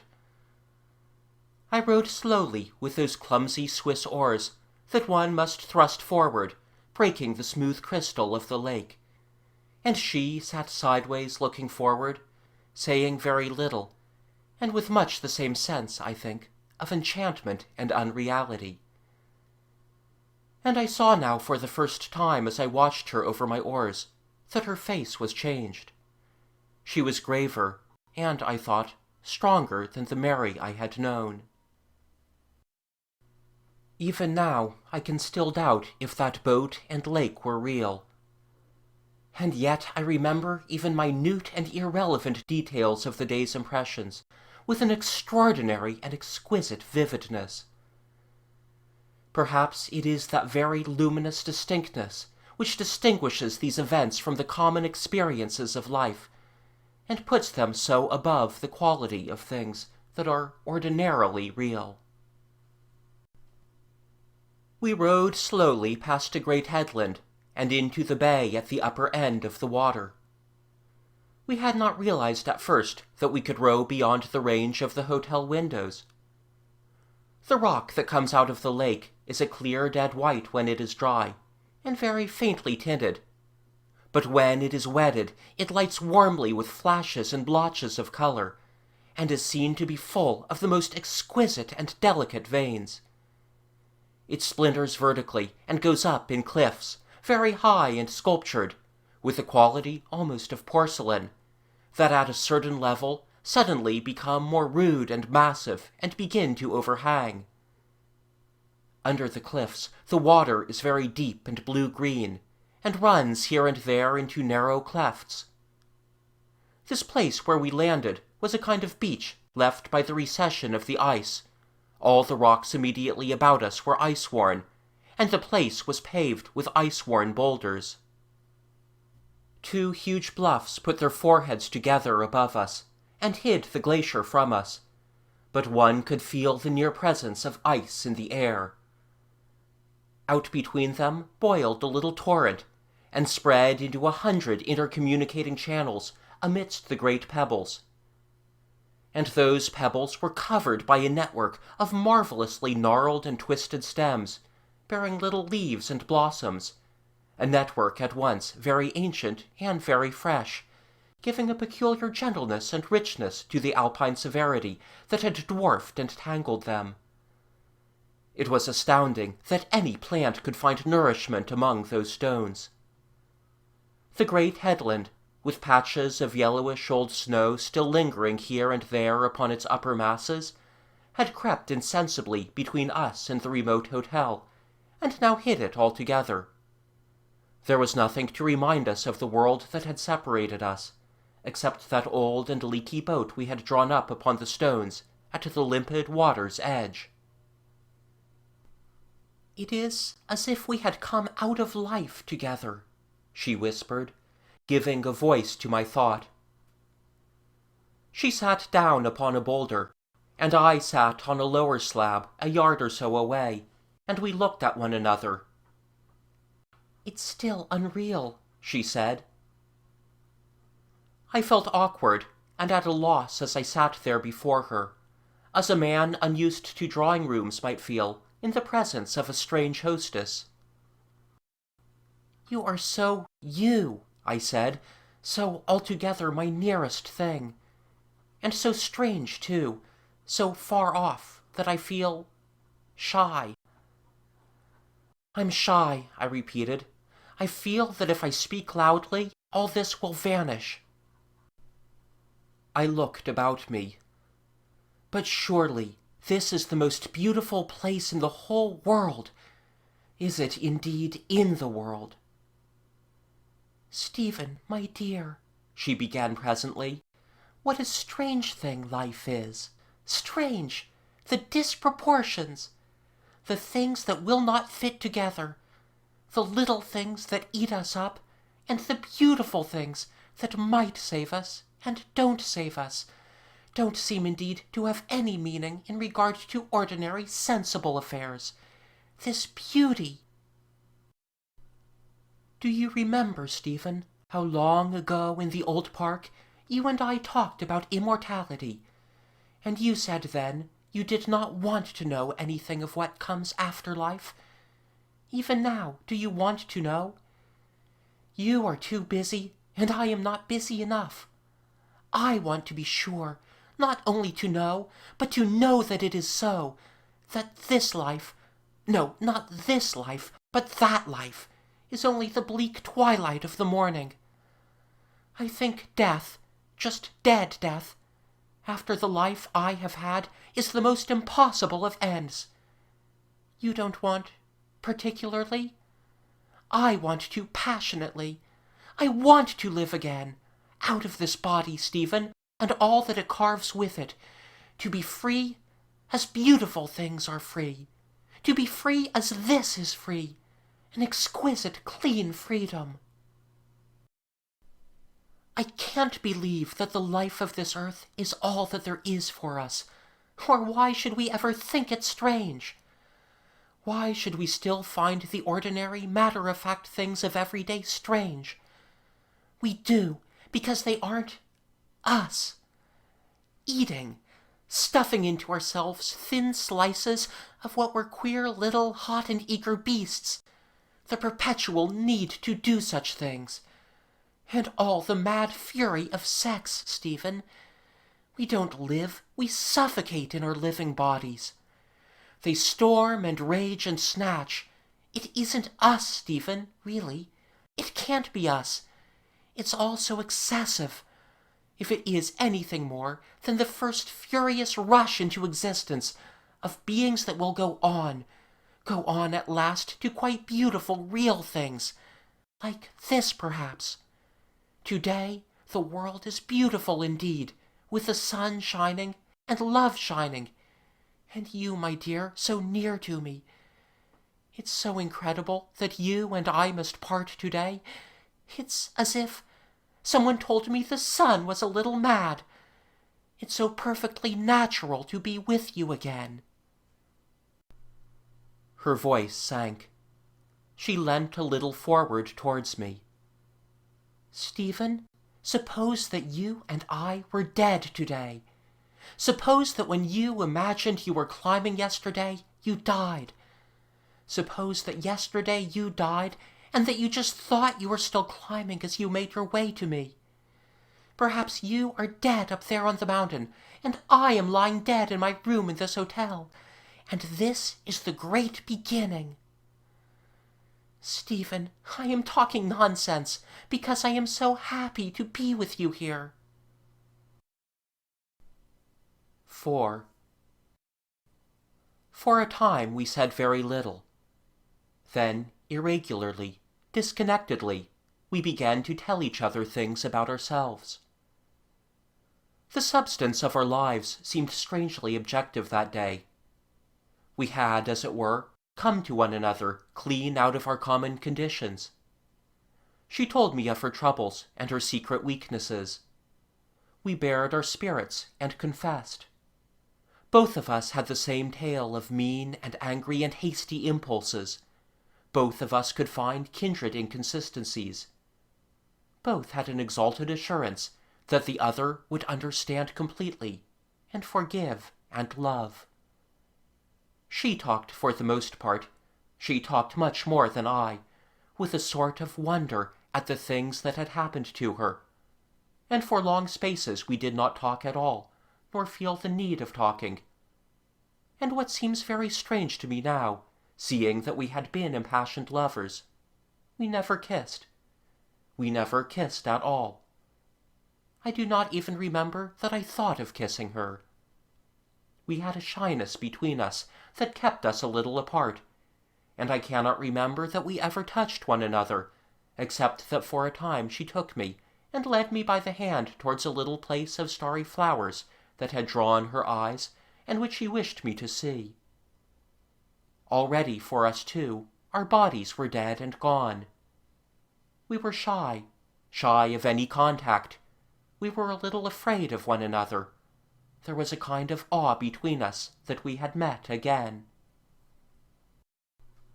And in that strange and beautiful place, her fancy that we were dead together had a fitness that I cannot possibly convey to you. I cannot give you by any writing the light and the sweet freshness of that high desolation. You would need to go there.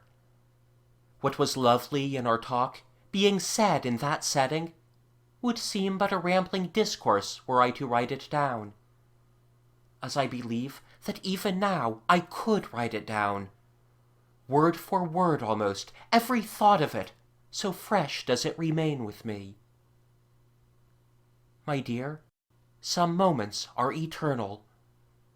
It seems to me that as I write to tell you of this, I am telling you not of something that happened 2 years ago, but of a thing immortal. It is as if I and Mary were together there, holding the realities of our lives before us, as though they were little sorry tales, written in books upon our knees. 5. It was still in the early afternoon that we came down again across the meandering ice-water streams to our old boat, and pushed off and rowed slowly out of that magic corner, back to every day again. Little we knew to what it was we rowed. As we glided across the water and rounded the headland and came slowly into view of the hotel again, Mary was reminded of our parting, and for a little while she was disposed to make me remain. "If you could stay a little longer," she said, "another day, if any harm is done, it's done." "It has been beautiful," I said, "this meeting. It's just as if, when I was so jaded and discouraged that I could have put my work aside and despaired altogether, some power had said, 'Have you forgotten the friendship I gave you?' But we shall have had our time. We've met. We've seen one another. We've heard one another. We've hurt no one." "Will you go?" "Today, before sunset. Isn't it right that I should go?" "Stay," she whispered, with a light in her eyes. "No, I dare not." She did not speak for a long time. "Of course," she said at last, "you're right. You only said. I would have said it for you if you had not. You're so right, Stephen. I suppose, poor silly little things, that if you stayed we should certainly begin making love to each other. It would be necessary. We should fence about a little, and then there it would be, no barrier to stop us. And neither of us wants it to happen. It isn't what we want. You would become urgent, I suppose, and I should be coquettish. In spite of ourselves, that power would make us puppets, as if already we hadn't made love. I could find it in my heart now. Stephen, I could make you stay. Oh, why are we so tormented, Stephen? In the next world we shall meet, and this will trouble us no longer. The love will be there. Oh, the love will be there, like something that has at last got itself fully born, got itself free from some queer clinging seed case. We shall be rid of jealousy, Stephen, that inflammation of the mind, that bitterness, that pitiless sore, so that I shan't be tormented by the thought of Rachel, and she will be able to tolerate me. She was so sweet and wonderful a girl, with those dark eyes, and I've never done her justice, never, nor she me. I snatched you from her. I snatched you. Some day we shall be different. All this putting oneself round another person like a fence, against everyone else, almost against everything else. It's so wicked, so fierce. It's so possible to be different. Sometimes now, sometimes for long parts of a day, I have no base passions at all, even in this life. To be like that always. But I can't see clearly how these things can be. One dreams of them in a kind of luminous mist, and if one looks directly at them, they vanish again. 6.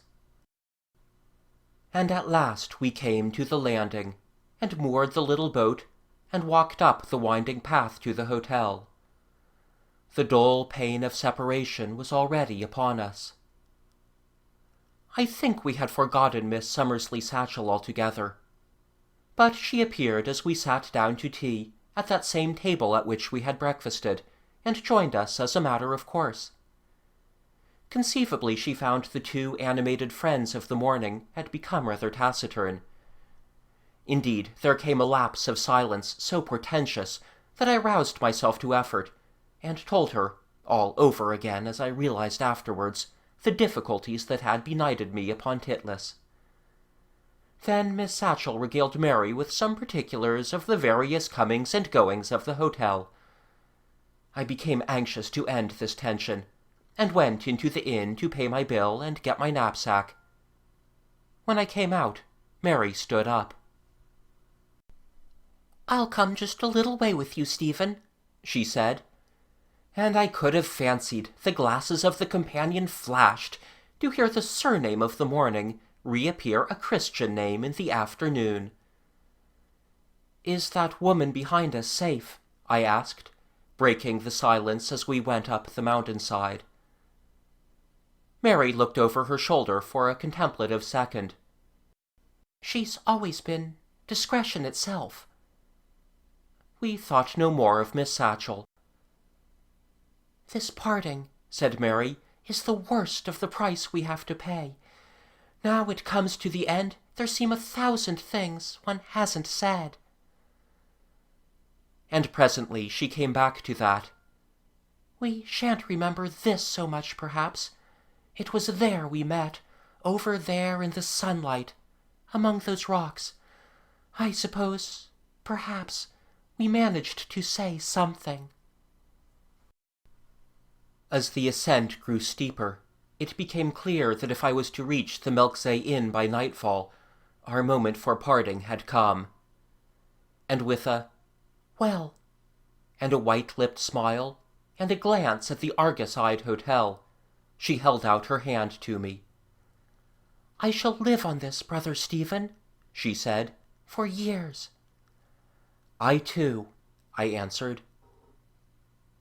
It was wonderful to stand and face her there, and see her real and living, with the warm sunlight on her, and her face one glowing tenderness. We clasped hands. All the warm life of our hands met, and clung, and parted. I went on alone up the winding path. It zigzags up the mountainside, in full sight of the hotel, for the better part of an hour, climbing steadily higher, and looking back, until she was just a little strip of white, that halted and seemed to wave to me. I waved back, and found myself weeping. "You fool," I said to myself, "go on." And it was by an effort that I kept on my way, instead of running back to her again. Presently the curvature of the slope came up between us, and hid her altogether, hid the hotel, hid the lakes and the cliffs. It seemed to me that I could not possibly see her any more. It was as if I knew that sun had set forever. End of Chapter 11, Parts 1 to 6. Chapter 11, Parts 7 to 12. The Last Meeting. 7. I lay at the Milksay Inn that night, and rose betimes, and started down that wild grey gorge in the early morning light. I walked to Sachsen, caught an early train to Lucerne, and went on in the afternoon to Como. And there I stayed in the sunshine, taking a boat and rowing alone far up the lake, and lying in it, thinking of love and friendship, and the accidents and significance of my life, and for the most part not thinking at all, but feeling the glow of our meeting and the finality of our separation, as one feels the clear glow of a sunset when the wind rises and the cold night air draws near. Everything was pervaded by the sense of her. Just over those mountains, I thought, is Mary. I was alone in my boat, but her presence filled the sky. It seemed to me that at any moment I could go to her. And the last vestige of any cloud between us, for anything we had done or failed to do in those crises of distress and separation, had vanished and gone altogether. In the afternoon I wrote to Rachel. I had not written to her for 3 days, and even now I told her nothing of my meeting with Mary. I had not written, partly because I could not decide whether I should tell her of that or not. In the end I tried to hide it from her. It seemed a little thing in regard to her, a thing that could not hurt her, a thing as detached from her life and as inconsecutive as a dream in my head. 3 days later I reached Milan, a day before the formal opening of the Peace Congress. But I found a telegram had come that morning to the Poste Restante to banish all thought of my Pacific mission from my mind. It came from Paris, and its blue ribbon of text ran, "Come back at once to London. Justin has been told of our meeting, and is resolved upon divorce. Will do all in my power to explain and avert, but feel you should know at once." There are some things so monstrously destructive to all we hold dear, that for a time it is impossible to believe them. I remember now that as I read that amazing communication through, at the first reading it was a little difficult to understand, because the Italian operator had guessed at one or two of the words, no real sense of its meaning came to me. That followed sluggishly. I felt as one might feel when one opens some offensive anonymous letter, or hears some preposterous threat. "What nonsense!" I said, faint-heartedly. I stood for a time at my bedroom window, trying to shake this fact altogether off my mind. But it stayed, and became more and more real. Suddenly, with a start, I perceived it was real. I had to do things forthwith. I rang the bell and asked for an orario. "I shan't want these rooms. I have to go back to England," I said. "Yes, I have had bad news." 8. "We've only got to explain," I told myself 100 times during that long, sleepless journey. The thundering wheels so close beneath my head echoed, "Explain! Oh yes, explain, explain, explain." And something, a voice to which I would not listen, urged, "Suppose they do not choose to believe what you explain." When I sat face to face with Maxwell Hartington, my solicitor, in his ink-splashed, dirty, yellow-grained room with its rows of black tin boxes, I could no longer ignore that possibility.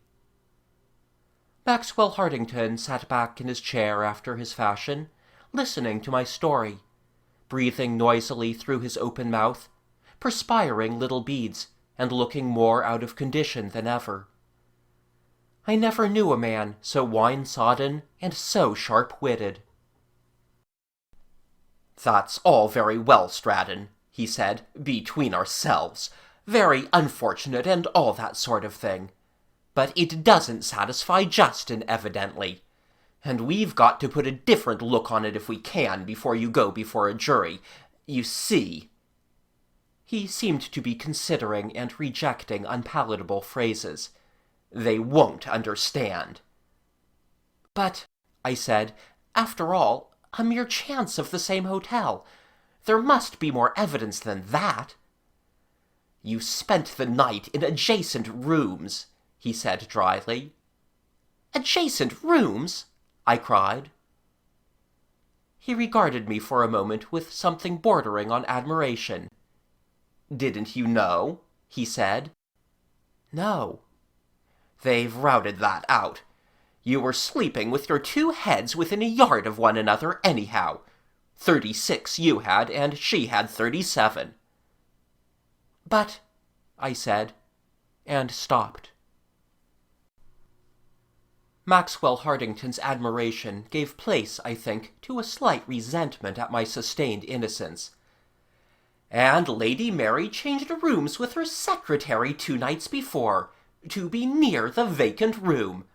The secretary went into number 12 on the floor below, a larger room at 13 francs a day, and one not exposed to the early daylight."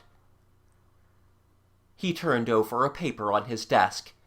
"You didn't know, of course," he said, "but what I want to have," and his voice grew wrathful, "is sure evidence that you didn't know.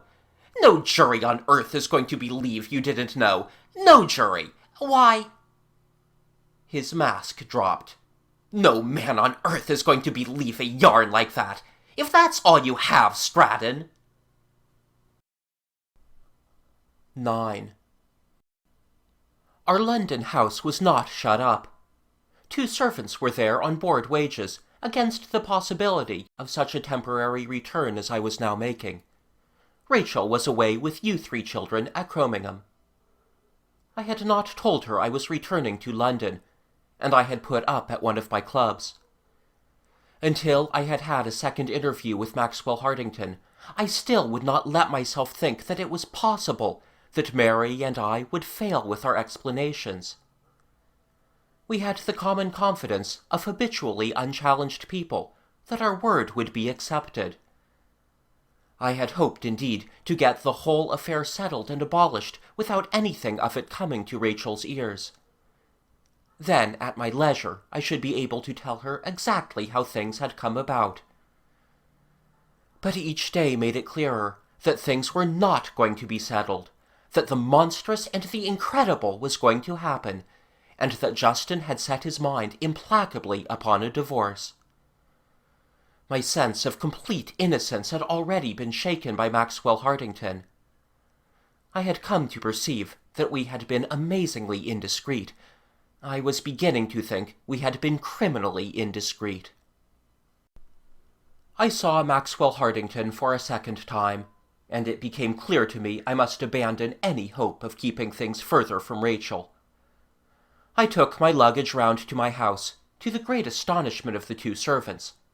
They had supposed, of course, that I was in Italy, and then went down on the heels of a telegram to Rachel.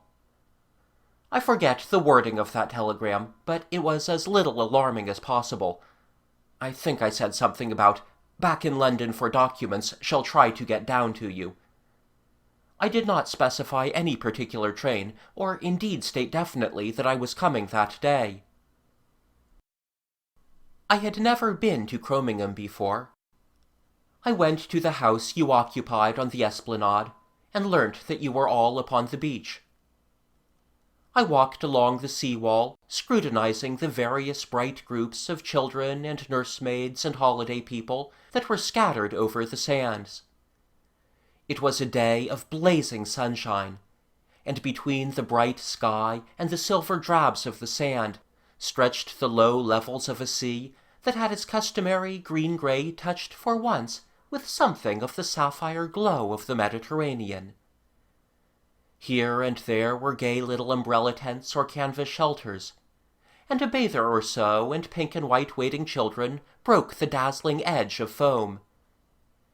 And I sought you with a kind of reluctance, as though finding you would bring nearer the black irrational disaster that hung over us all. And when I found you at last, you were all radiantly happy and healthy, the prettiest of families, and only your mother was touched with any gravity deeper than the joy of sunshine and sea. You and Mademoiselle Potin, in those days her ministrations were just beginning, were busy constructing a great sea-wall that should really and truly stop the advancing tide. Rachel, too, was a little apart, making with infinite contentment an endless multitude of conical sand-pies with her little tin pail. Margaret, a pink, inarticulate lump, scrabbled in the warm sand under Jessica's care. Your mother sat and watched you, thoughtfully. And before any of you knew that I was there, my shadow fell across you all. You accepted my appearance when I ought to have been in Italy, with the unquestioning confidence with which you still take all my comings and goings. For you, Italy, America, any place is just round the corner. I was kissed with affection but haste, and you got back to your sandworks as speedily as possible. I inspected Rachel Two's mounds. She was giving them the names of her various aunts and uncles, and patted the crowing Margaret, who ignored me. Rachel had sprung to her feet, and kissed me, and now hovered radiant over me as I caressed you youngsters. It was all so warm, so real, that for an instant the dark threat that hung over us all vanished from my skies, to return with the force of a blow. "And what has brought you back?" said Rachel. "I had expected a month of widowhood. What can have brought you back?" The dancing gladness in her eyes vanished swiftly as she waited for an answer to her question. She caught the note of tragedy from my face. "Why have you come back from Italy?" she asked in an altered voice. "Rachel," I said, taking her arm, with a desolating sense of the futility in my gesture of protection, "let us walk along the beach. I want to tell you something rather complicated." "Is there going to be war, Stephen?" she asked abruptly.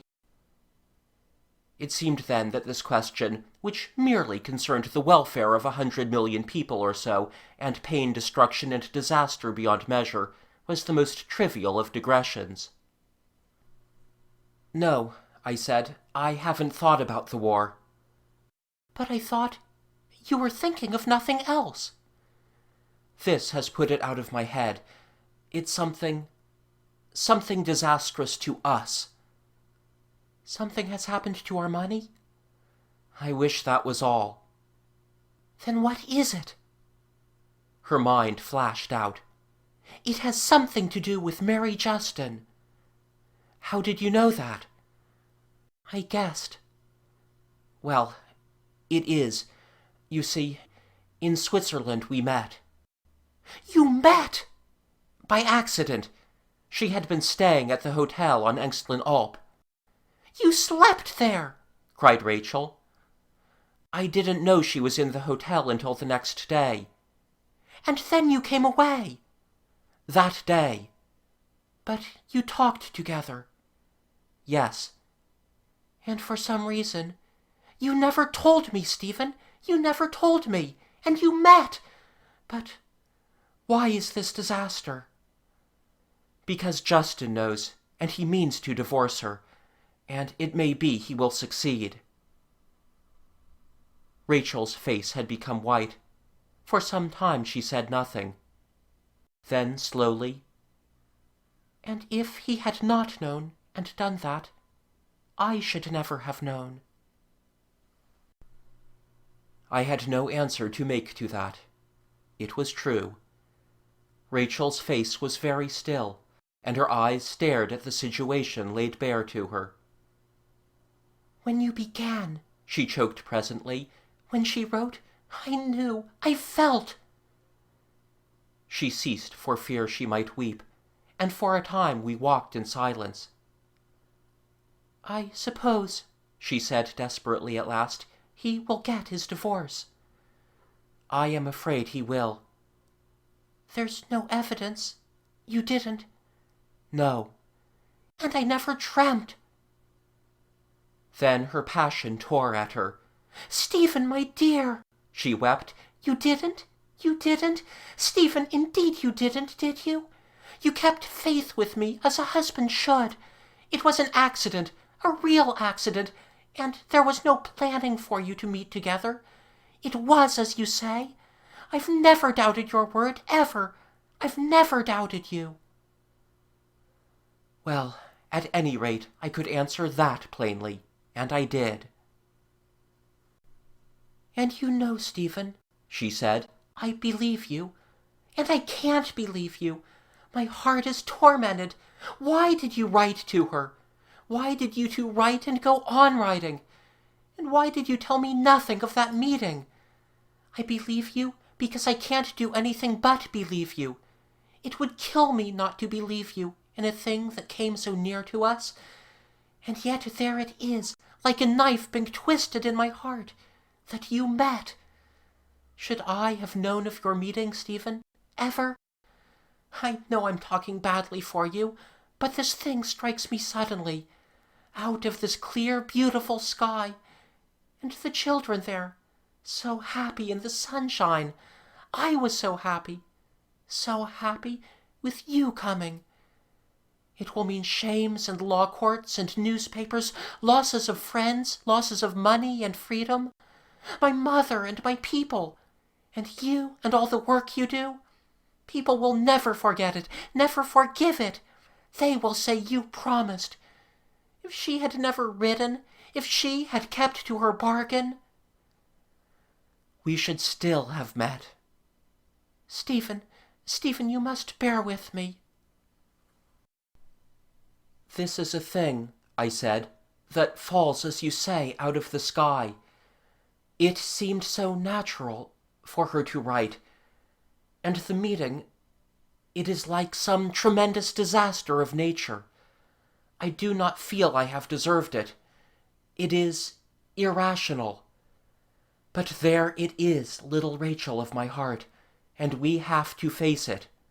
Whatever happens, we have to go on. It doesn't alter the work we have to do. If it clips our wings, we have to hop along with clipped wings. For you, I wish it could spare you. And she too is a victim, Rachel." "She need not have written," said Rachel. "She need not have written. And then if you had met—" She could not go on with that. "It is so hard," I said, "to ask you to be just to her, and me. I wish I could have come to you and married you, without all that legacy of things remembered. I was what I was. One can't shake off a thing in one's blood. And besides...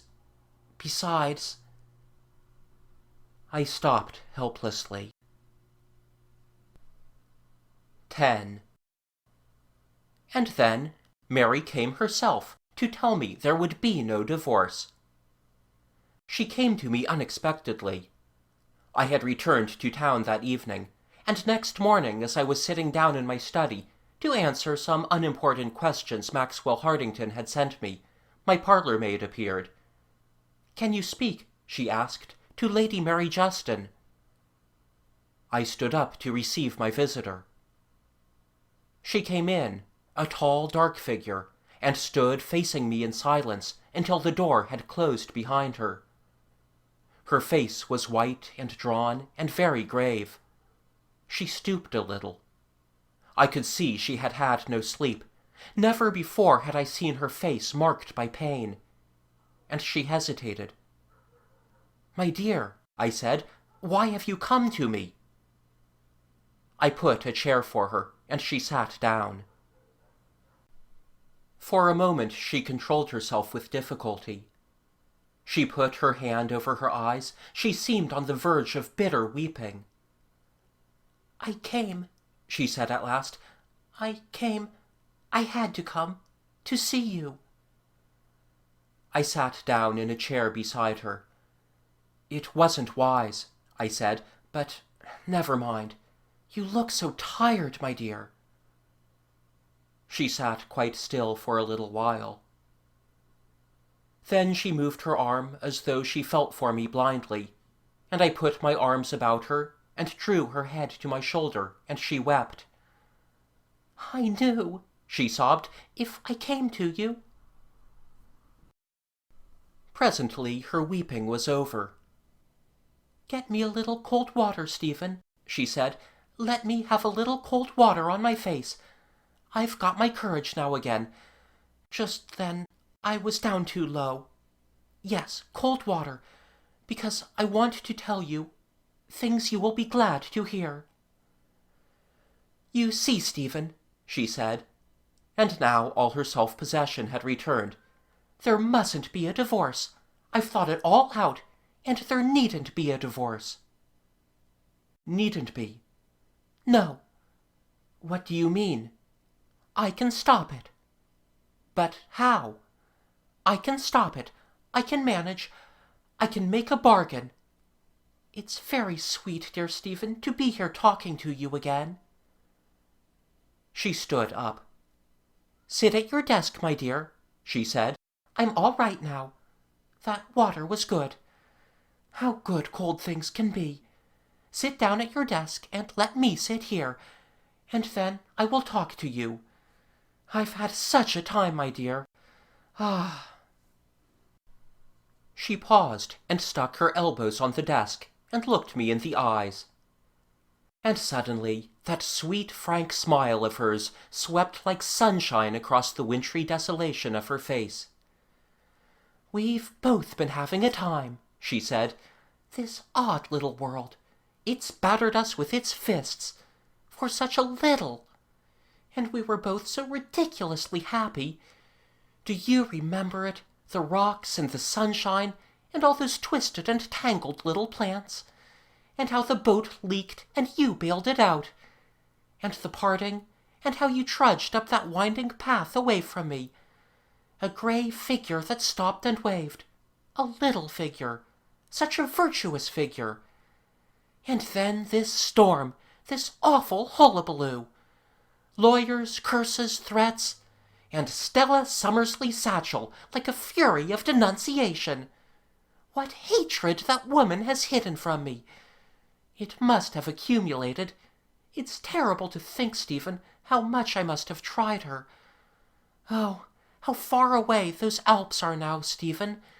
Like something in another life. And here we are, among the consequences. But you were saying we could stop the divorce. Yes, we can. I can. But I wanted to see you. Before I did. Somehow I don't feel lonely with you. I had to see you. It's good to see you. She looked me in the face. Her tired eyes lit with a gleam of her former humor.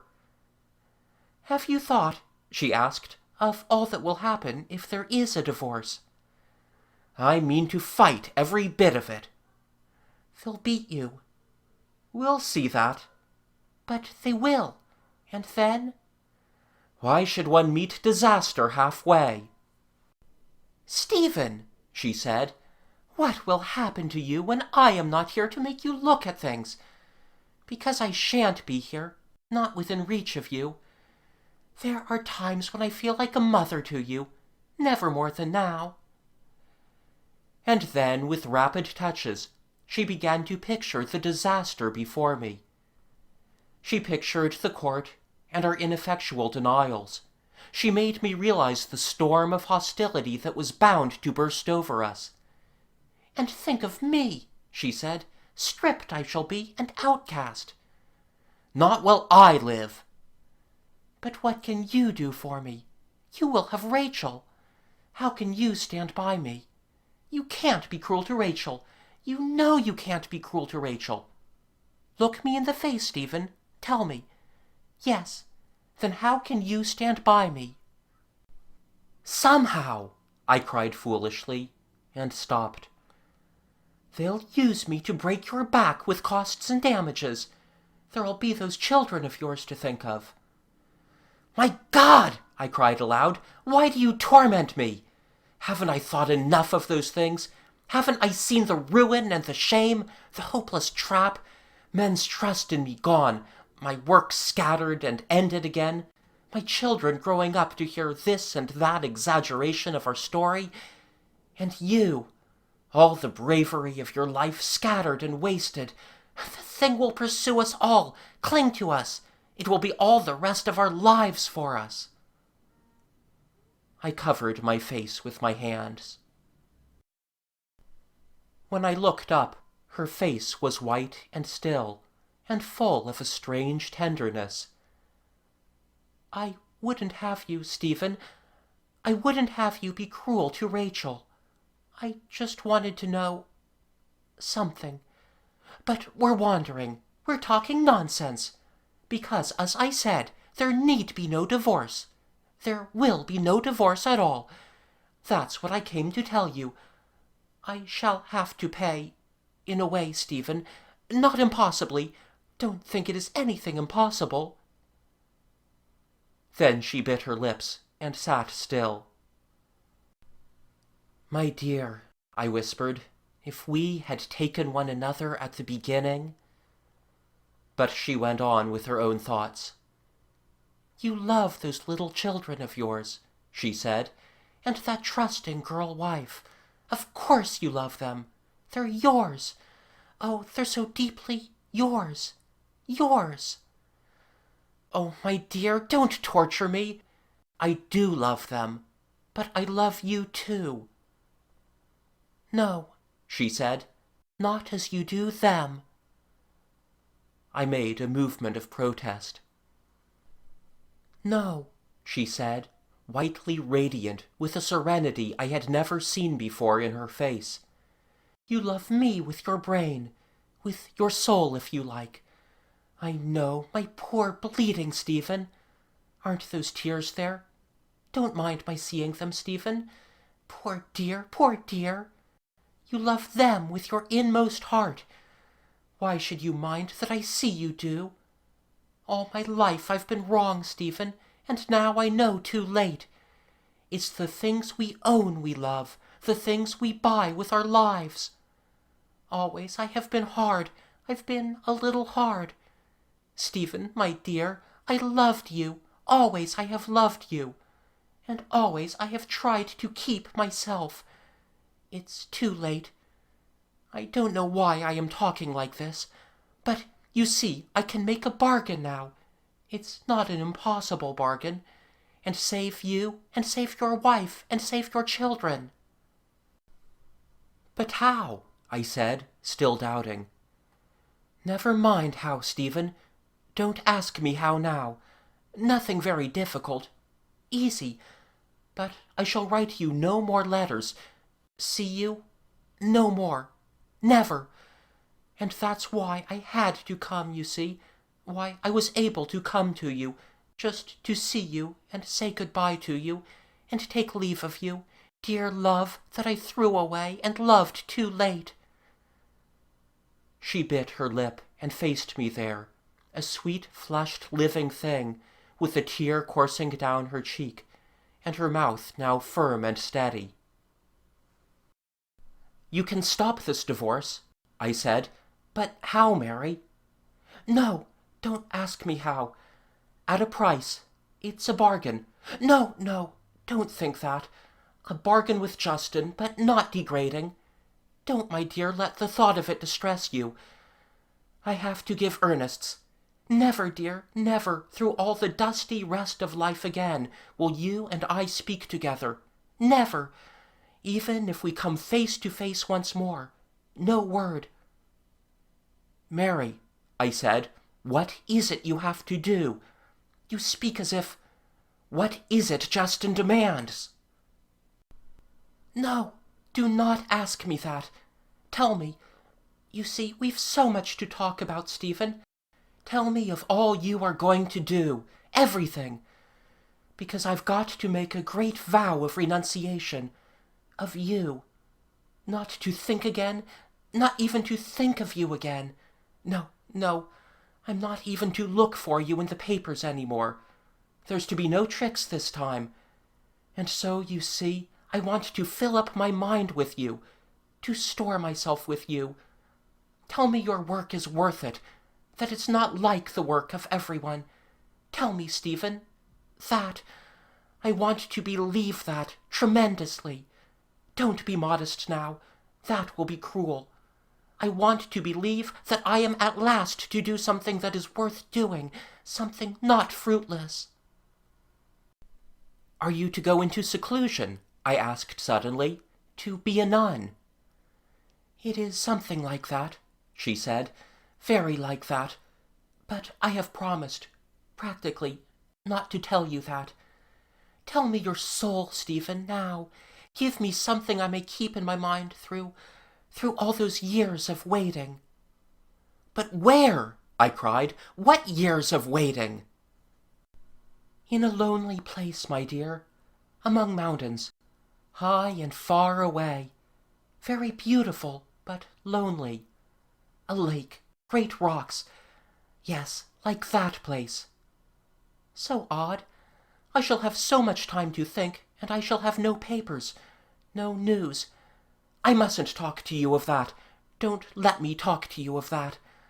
I want to hear about this world I am going to leave, and how you think you are going on fighting in the hot and dusty struggle, to make the world cool and kind and reasonable, to train minds better, to broaden ideas. All those things you believe in. All those things you believe in and stick to, even when they are dull. Now I am leaving it, I begin to see how fine it is to fight as you want to fight. A tiresome, inglorious, lifelong fight. You really believe, Stephen? 11. And then suddenly I read her purpose. "Mary!" I cried, and stood up and laid my hand upon her arm. "Tell me what it is you mean to do. What do you mean to do?" She looked up at me defensively, and for a moment neither of us spoke. "Mary!" I said, and could not say what was in my thoughts. "You are wrong," she lied at last. She stood up too and faced me. I held her shoulder and looked into her eyes. The gong of my little clock broke the silence. "I must go, Stephen," she said. "I did not see how the time was slipping by." I began to entreat her, and she to deny. "You don't understand," she said. "You don't understand. Stephen, I had hoped you would understand. You see life not as I see it. I wanted all sorts of splendid things, and you begin to argue. You are shocked. You refuse to understand. No, no. Take your hands off me, Stephen dear, and let me go. Let me go." "But," I said, stupid and persistent, "what are you going to do?" "I've told you, Stephen, I've told you, as much as I can tell you, and you think this foolish thing, as though I could do that. Stephen, if I promise, will you let me go?" 12. My mind leaps from that to the moment in the afternoon when, torn by intolerable distresses and anxiety, I knocked and rang and again knocked at the door of the house she occupied in South Street, with the intention of making one last appeal to her to live, if indeed it was death she had in mind. I had let her go from me, and instantly 100 neglected things had come into my head. I could go away with her. I could threaten to die with her. It seemed to me that nothing in all the world mattered, if only I could thrust back the dark hand of death to which she had so manifestly turned.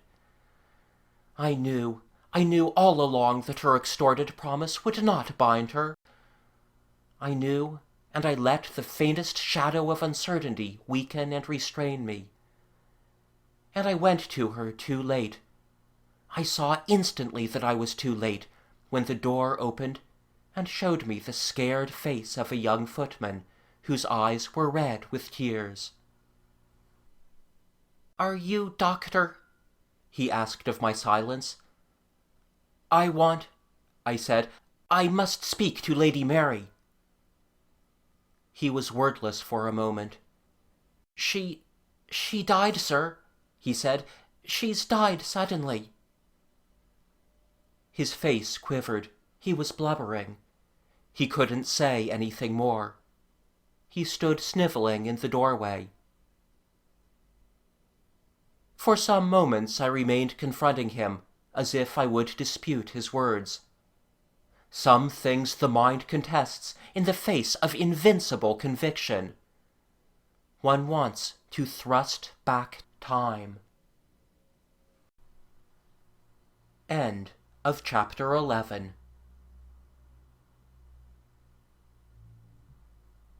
Chapter 12. The Arraignment of Jealousy. 1. I sit here in this graciously proportioned little room, which I shall leave forever next week, for already your mother begins to pack for England again. I look out upon the neat French garden that I have watched the summer round, and before me is the pile of manuscript that has grown here, the story of my friendship and love for Mary, and of its tragic end, and of all the changes of my beliefs and purposes that have arisen out of that. I had meant it to be the story of my life, but how little of my life is in it! It gives, at most, certain acute points, certain salient aspects. I begin to realize for the first time how thin and suggestive and sketchy a thing any novel or biography must be. How we must simplify. How little we can convey the fullness of life, the glittering interests, the interweaving secondary aspects, the dawns and dreams and double refractions of experience.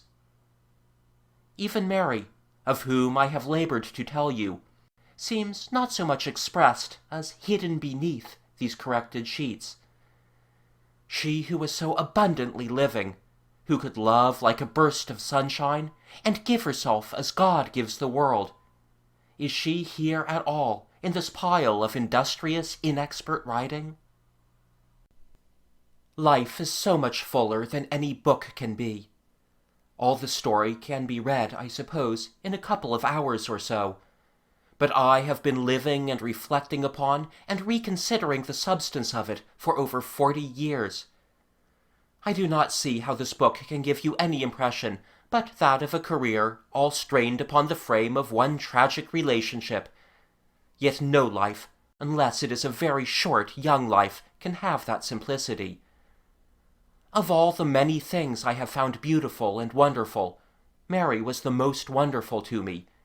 She is in my existence like a sunlit lake seen among mountains. Of all the edges by which life has wrought me, she was the keenest. Nevertheless, she was not all my life, nor the form of all my life. For a time after her death, I could endure nothing of my home. I could not bear the presence of your mother or you. I hated the possibility of consolation. I went away into Italy, and it was only by an enormous effort that I could resume my interest in that scheme of work to which my life is given. But it is manifest I still live. I live and work and feel and share beauty. It seems to me more and more as I live longer that most poetry and most literature, and particularly the literature of the past, is discordant with the vastness and variety, the reserves and resources and recuperations of life as we live it today. It is the expression of life under cruder and more rigid conditions than ours, lived by people who loved and hated more naively, aged sooner and died younger than we do. Solitary persons and single events dominated them, as they do not dominate us. We range wider, last longer, and escape more and more from intensity towards understanding. And already this astounding blow begins to take its place among other events, as a thing strange and terrible indeed, but related to all the strangeness and mystery of life, part of the universal mysteries of despair and futility and death that have troubled my consciousness since childhood. For a time, the death of Mary obscured her life for me, but now her living presence is more in my mind again. I begin to see that it is the reality of her existence, and not the accidents of her end, that matter most. It signifies less that she should have flung out of life, when it seemed that her living could only have meant disaster to herself and to all she loved, than that all her life should have been hampered and restricted. Through all her life, this brave and fine and beautiful being was, for the most part of her possibilities, wasted in a splendid setting. Magnificently wasted, if you will, but wasted. 2. It was that idea of waste that dominated my mind in a strange interview I had with Justin. For it became necessary for me to see Justin in order that we should stamp out the whispers against her that followed her death. He had made it seem an accidental death, due to an overdose of the narcotic she employed, but he had not been able to obliterate altogether the beginnings of his divorce proceedings. There had been talk on the part of clerks and possible witnesses. But of all that I need not tell you here. What matters is that Justin and I could meet without hatred or violence. I met a Justin gray-haired, and it seemed to me physically shrunken, more than ever slow-speaking, with his habit of attentive silences more marked, and that dark scar spread beyond his brows. We had come to our parting. We had done our business with an affectation of emotional aloofness, and then suddenly he gripped me by the arm. "Stratton," he said, we killed her. We tore her to pieces between us." I made no answer to this outbreak. "We tore her to pieces," he repeated. "It's so damned silly. One gets angry, like an animal." I became grotesquely anxious to assure him that indeed she and I had been, as they say, innocent throughout our last day together. "You were wrong in all that," I said. "She kept her faith with you. We never planned to meet, and when we met, if we had been brother and sister, indeed there was nothing." "I suppose," he said, "I ought to be glad of that. But now it doesn't seem to matter very much. We killed her. What does that matter to me now?" 3. And it is upon this effect of sweet and beautiful possibilities, caught in the net of animal jealousies and thoughtless motives and ancient rigid institutions, that I would end this writing.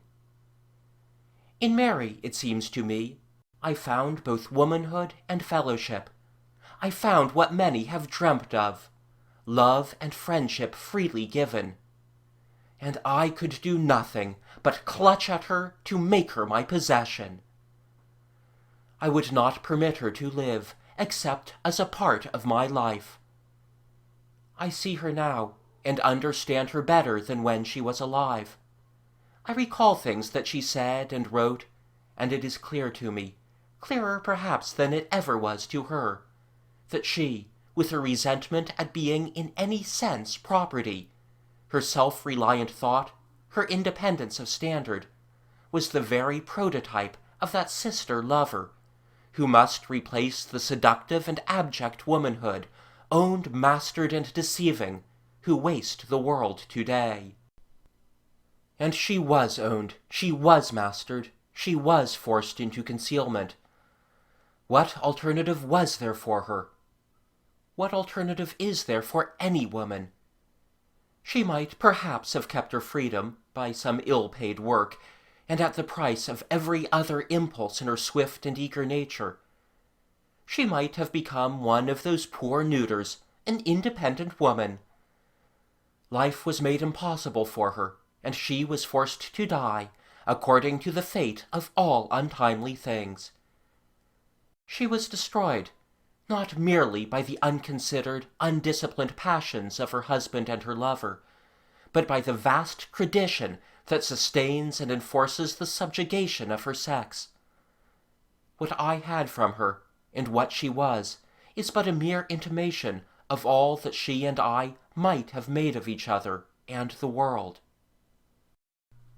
And perhaps in this story I have said enough for you to understand why Mary has identified herself with something worldwide, has added to herself a symbolical value, and why it is I find in the whole crowded spectacle of mankind a quality that is also hers, a sense of fine things entangled and stifled and unable to free themselves from the ancient limiting jealousies which law and custom embody. For I know that a growing multitude of men and women outwear the ancient ways. The blood-stained organized jealousies of religious intolerance, the delusions of nationality and cult and race, that black hatred which simple people and young people and common people cherish against all that is not in the likeness of themselves, cease to be the undisputed ruling forces of our collective life. We want to emancipate our lives from the slavery and these stupidities, from dull hatreds and suspicion. The ripening mind of our race tires of these boorish and brutish and childish things. A spirit that is like hers arises and increases in human affairs, a spirit that demands freedom and gracious living as our inheritance too long deferred. and I who loved her so blindly and narrowly, now love her spirit with a dawning understanding. I will not be content with that compromise of jealousies, which is the established life of humanity today.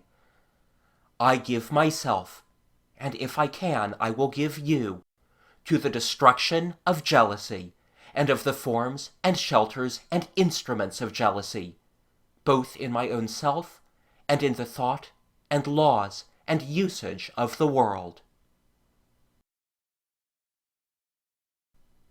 End of chapter 12. End of The Passionate Friends by H.G. Wells.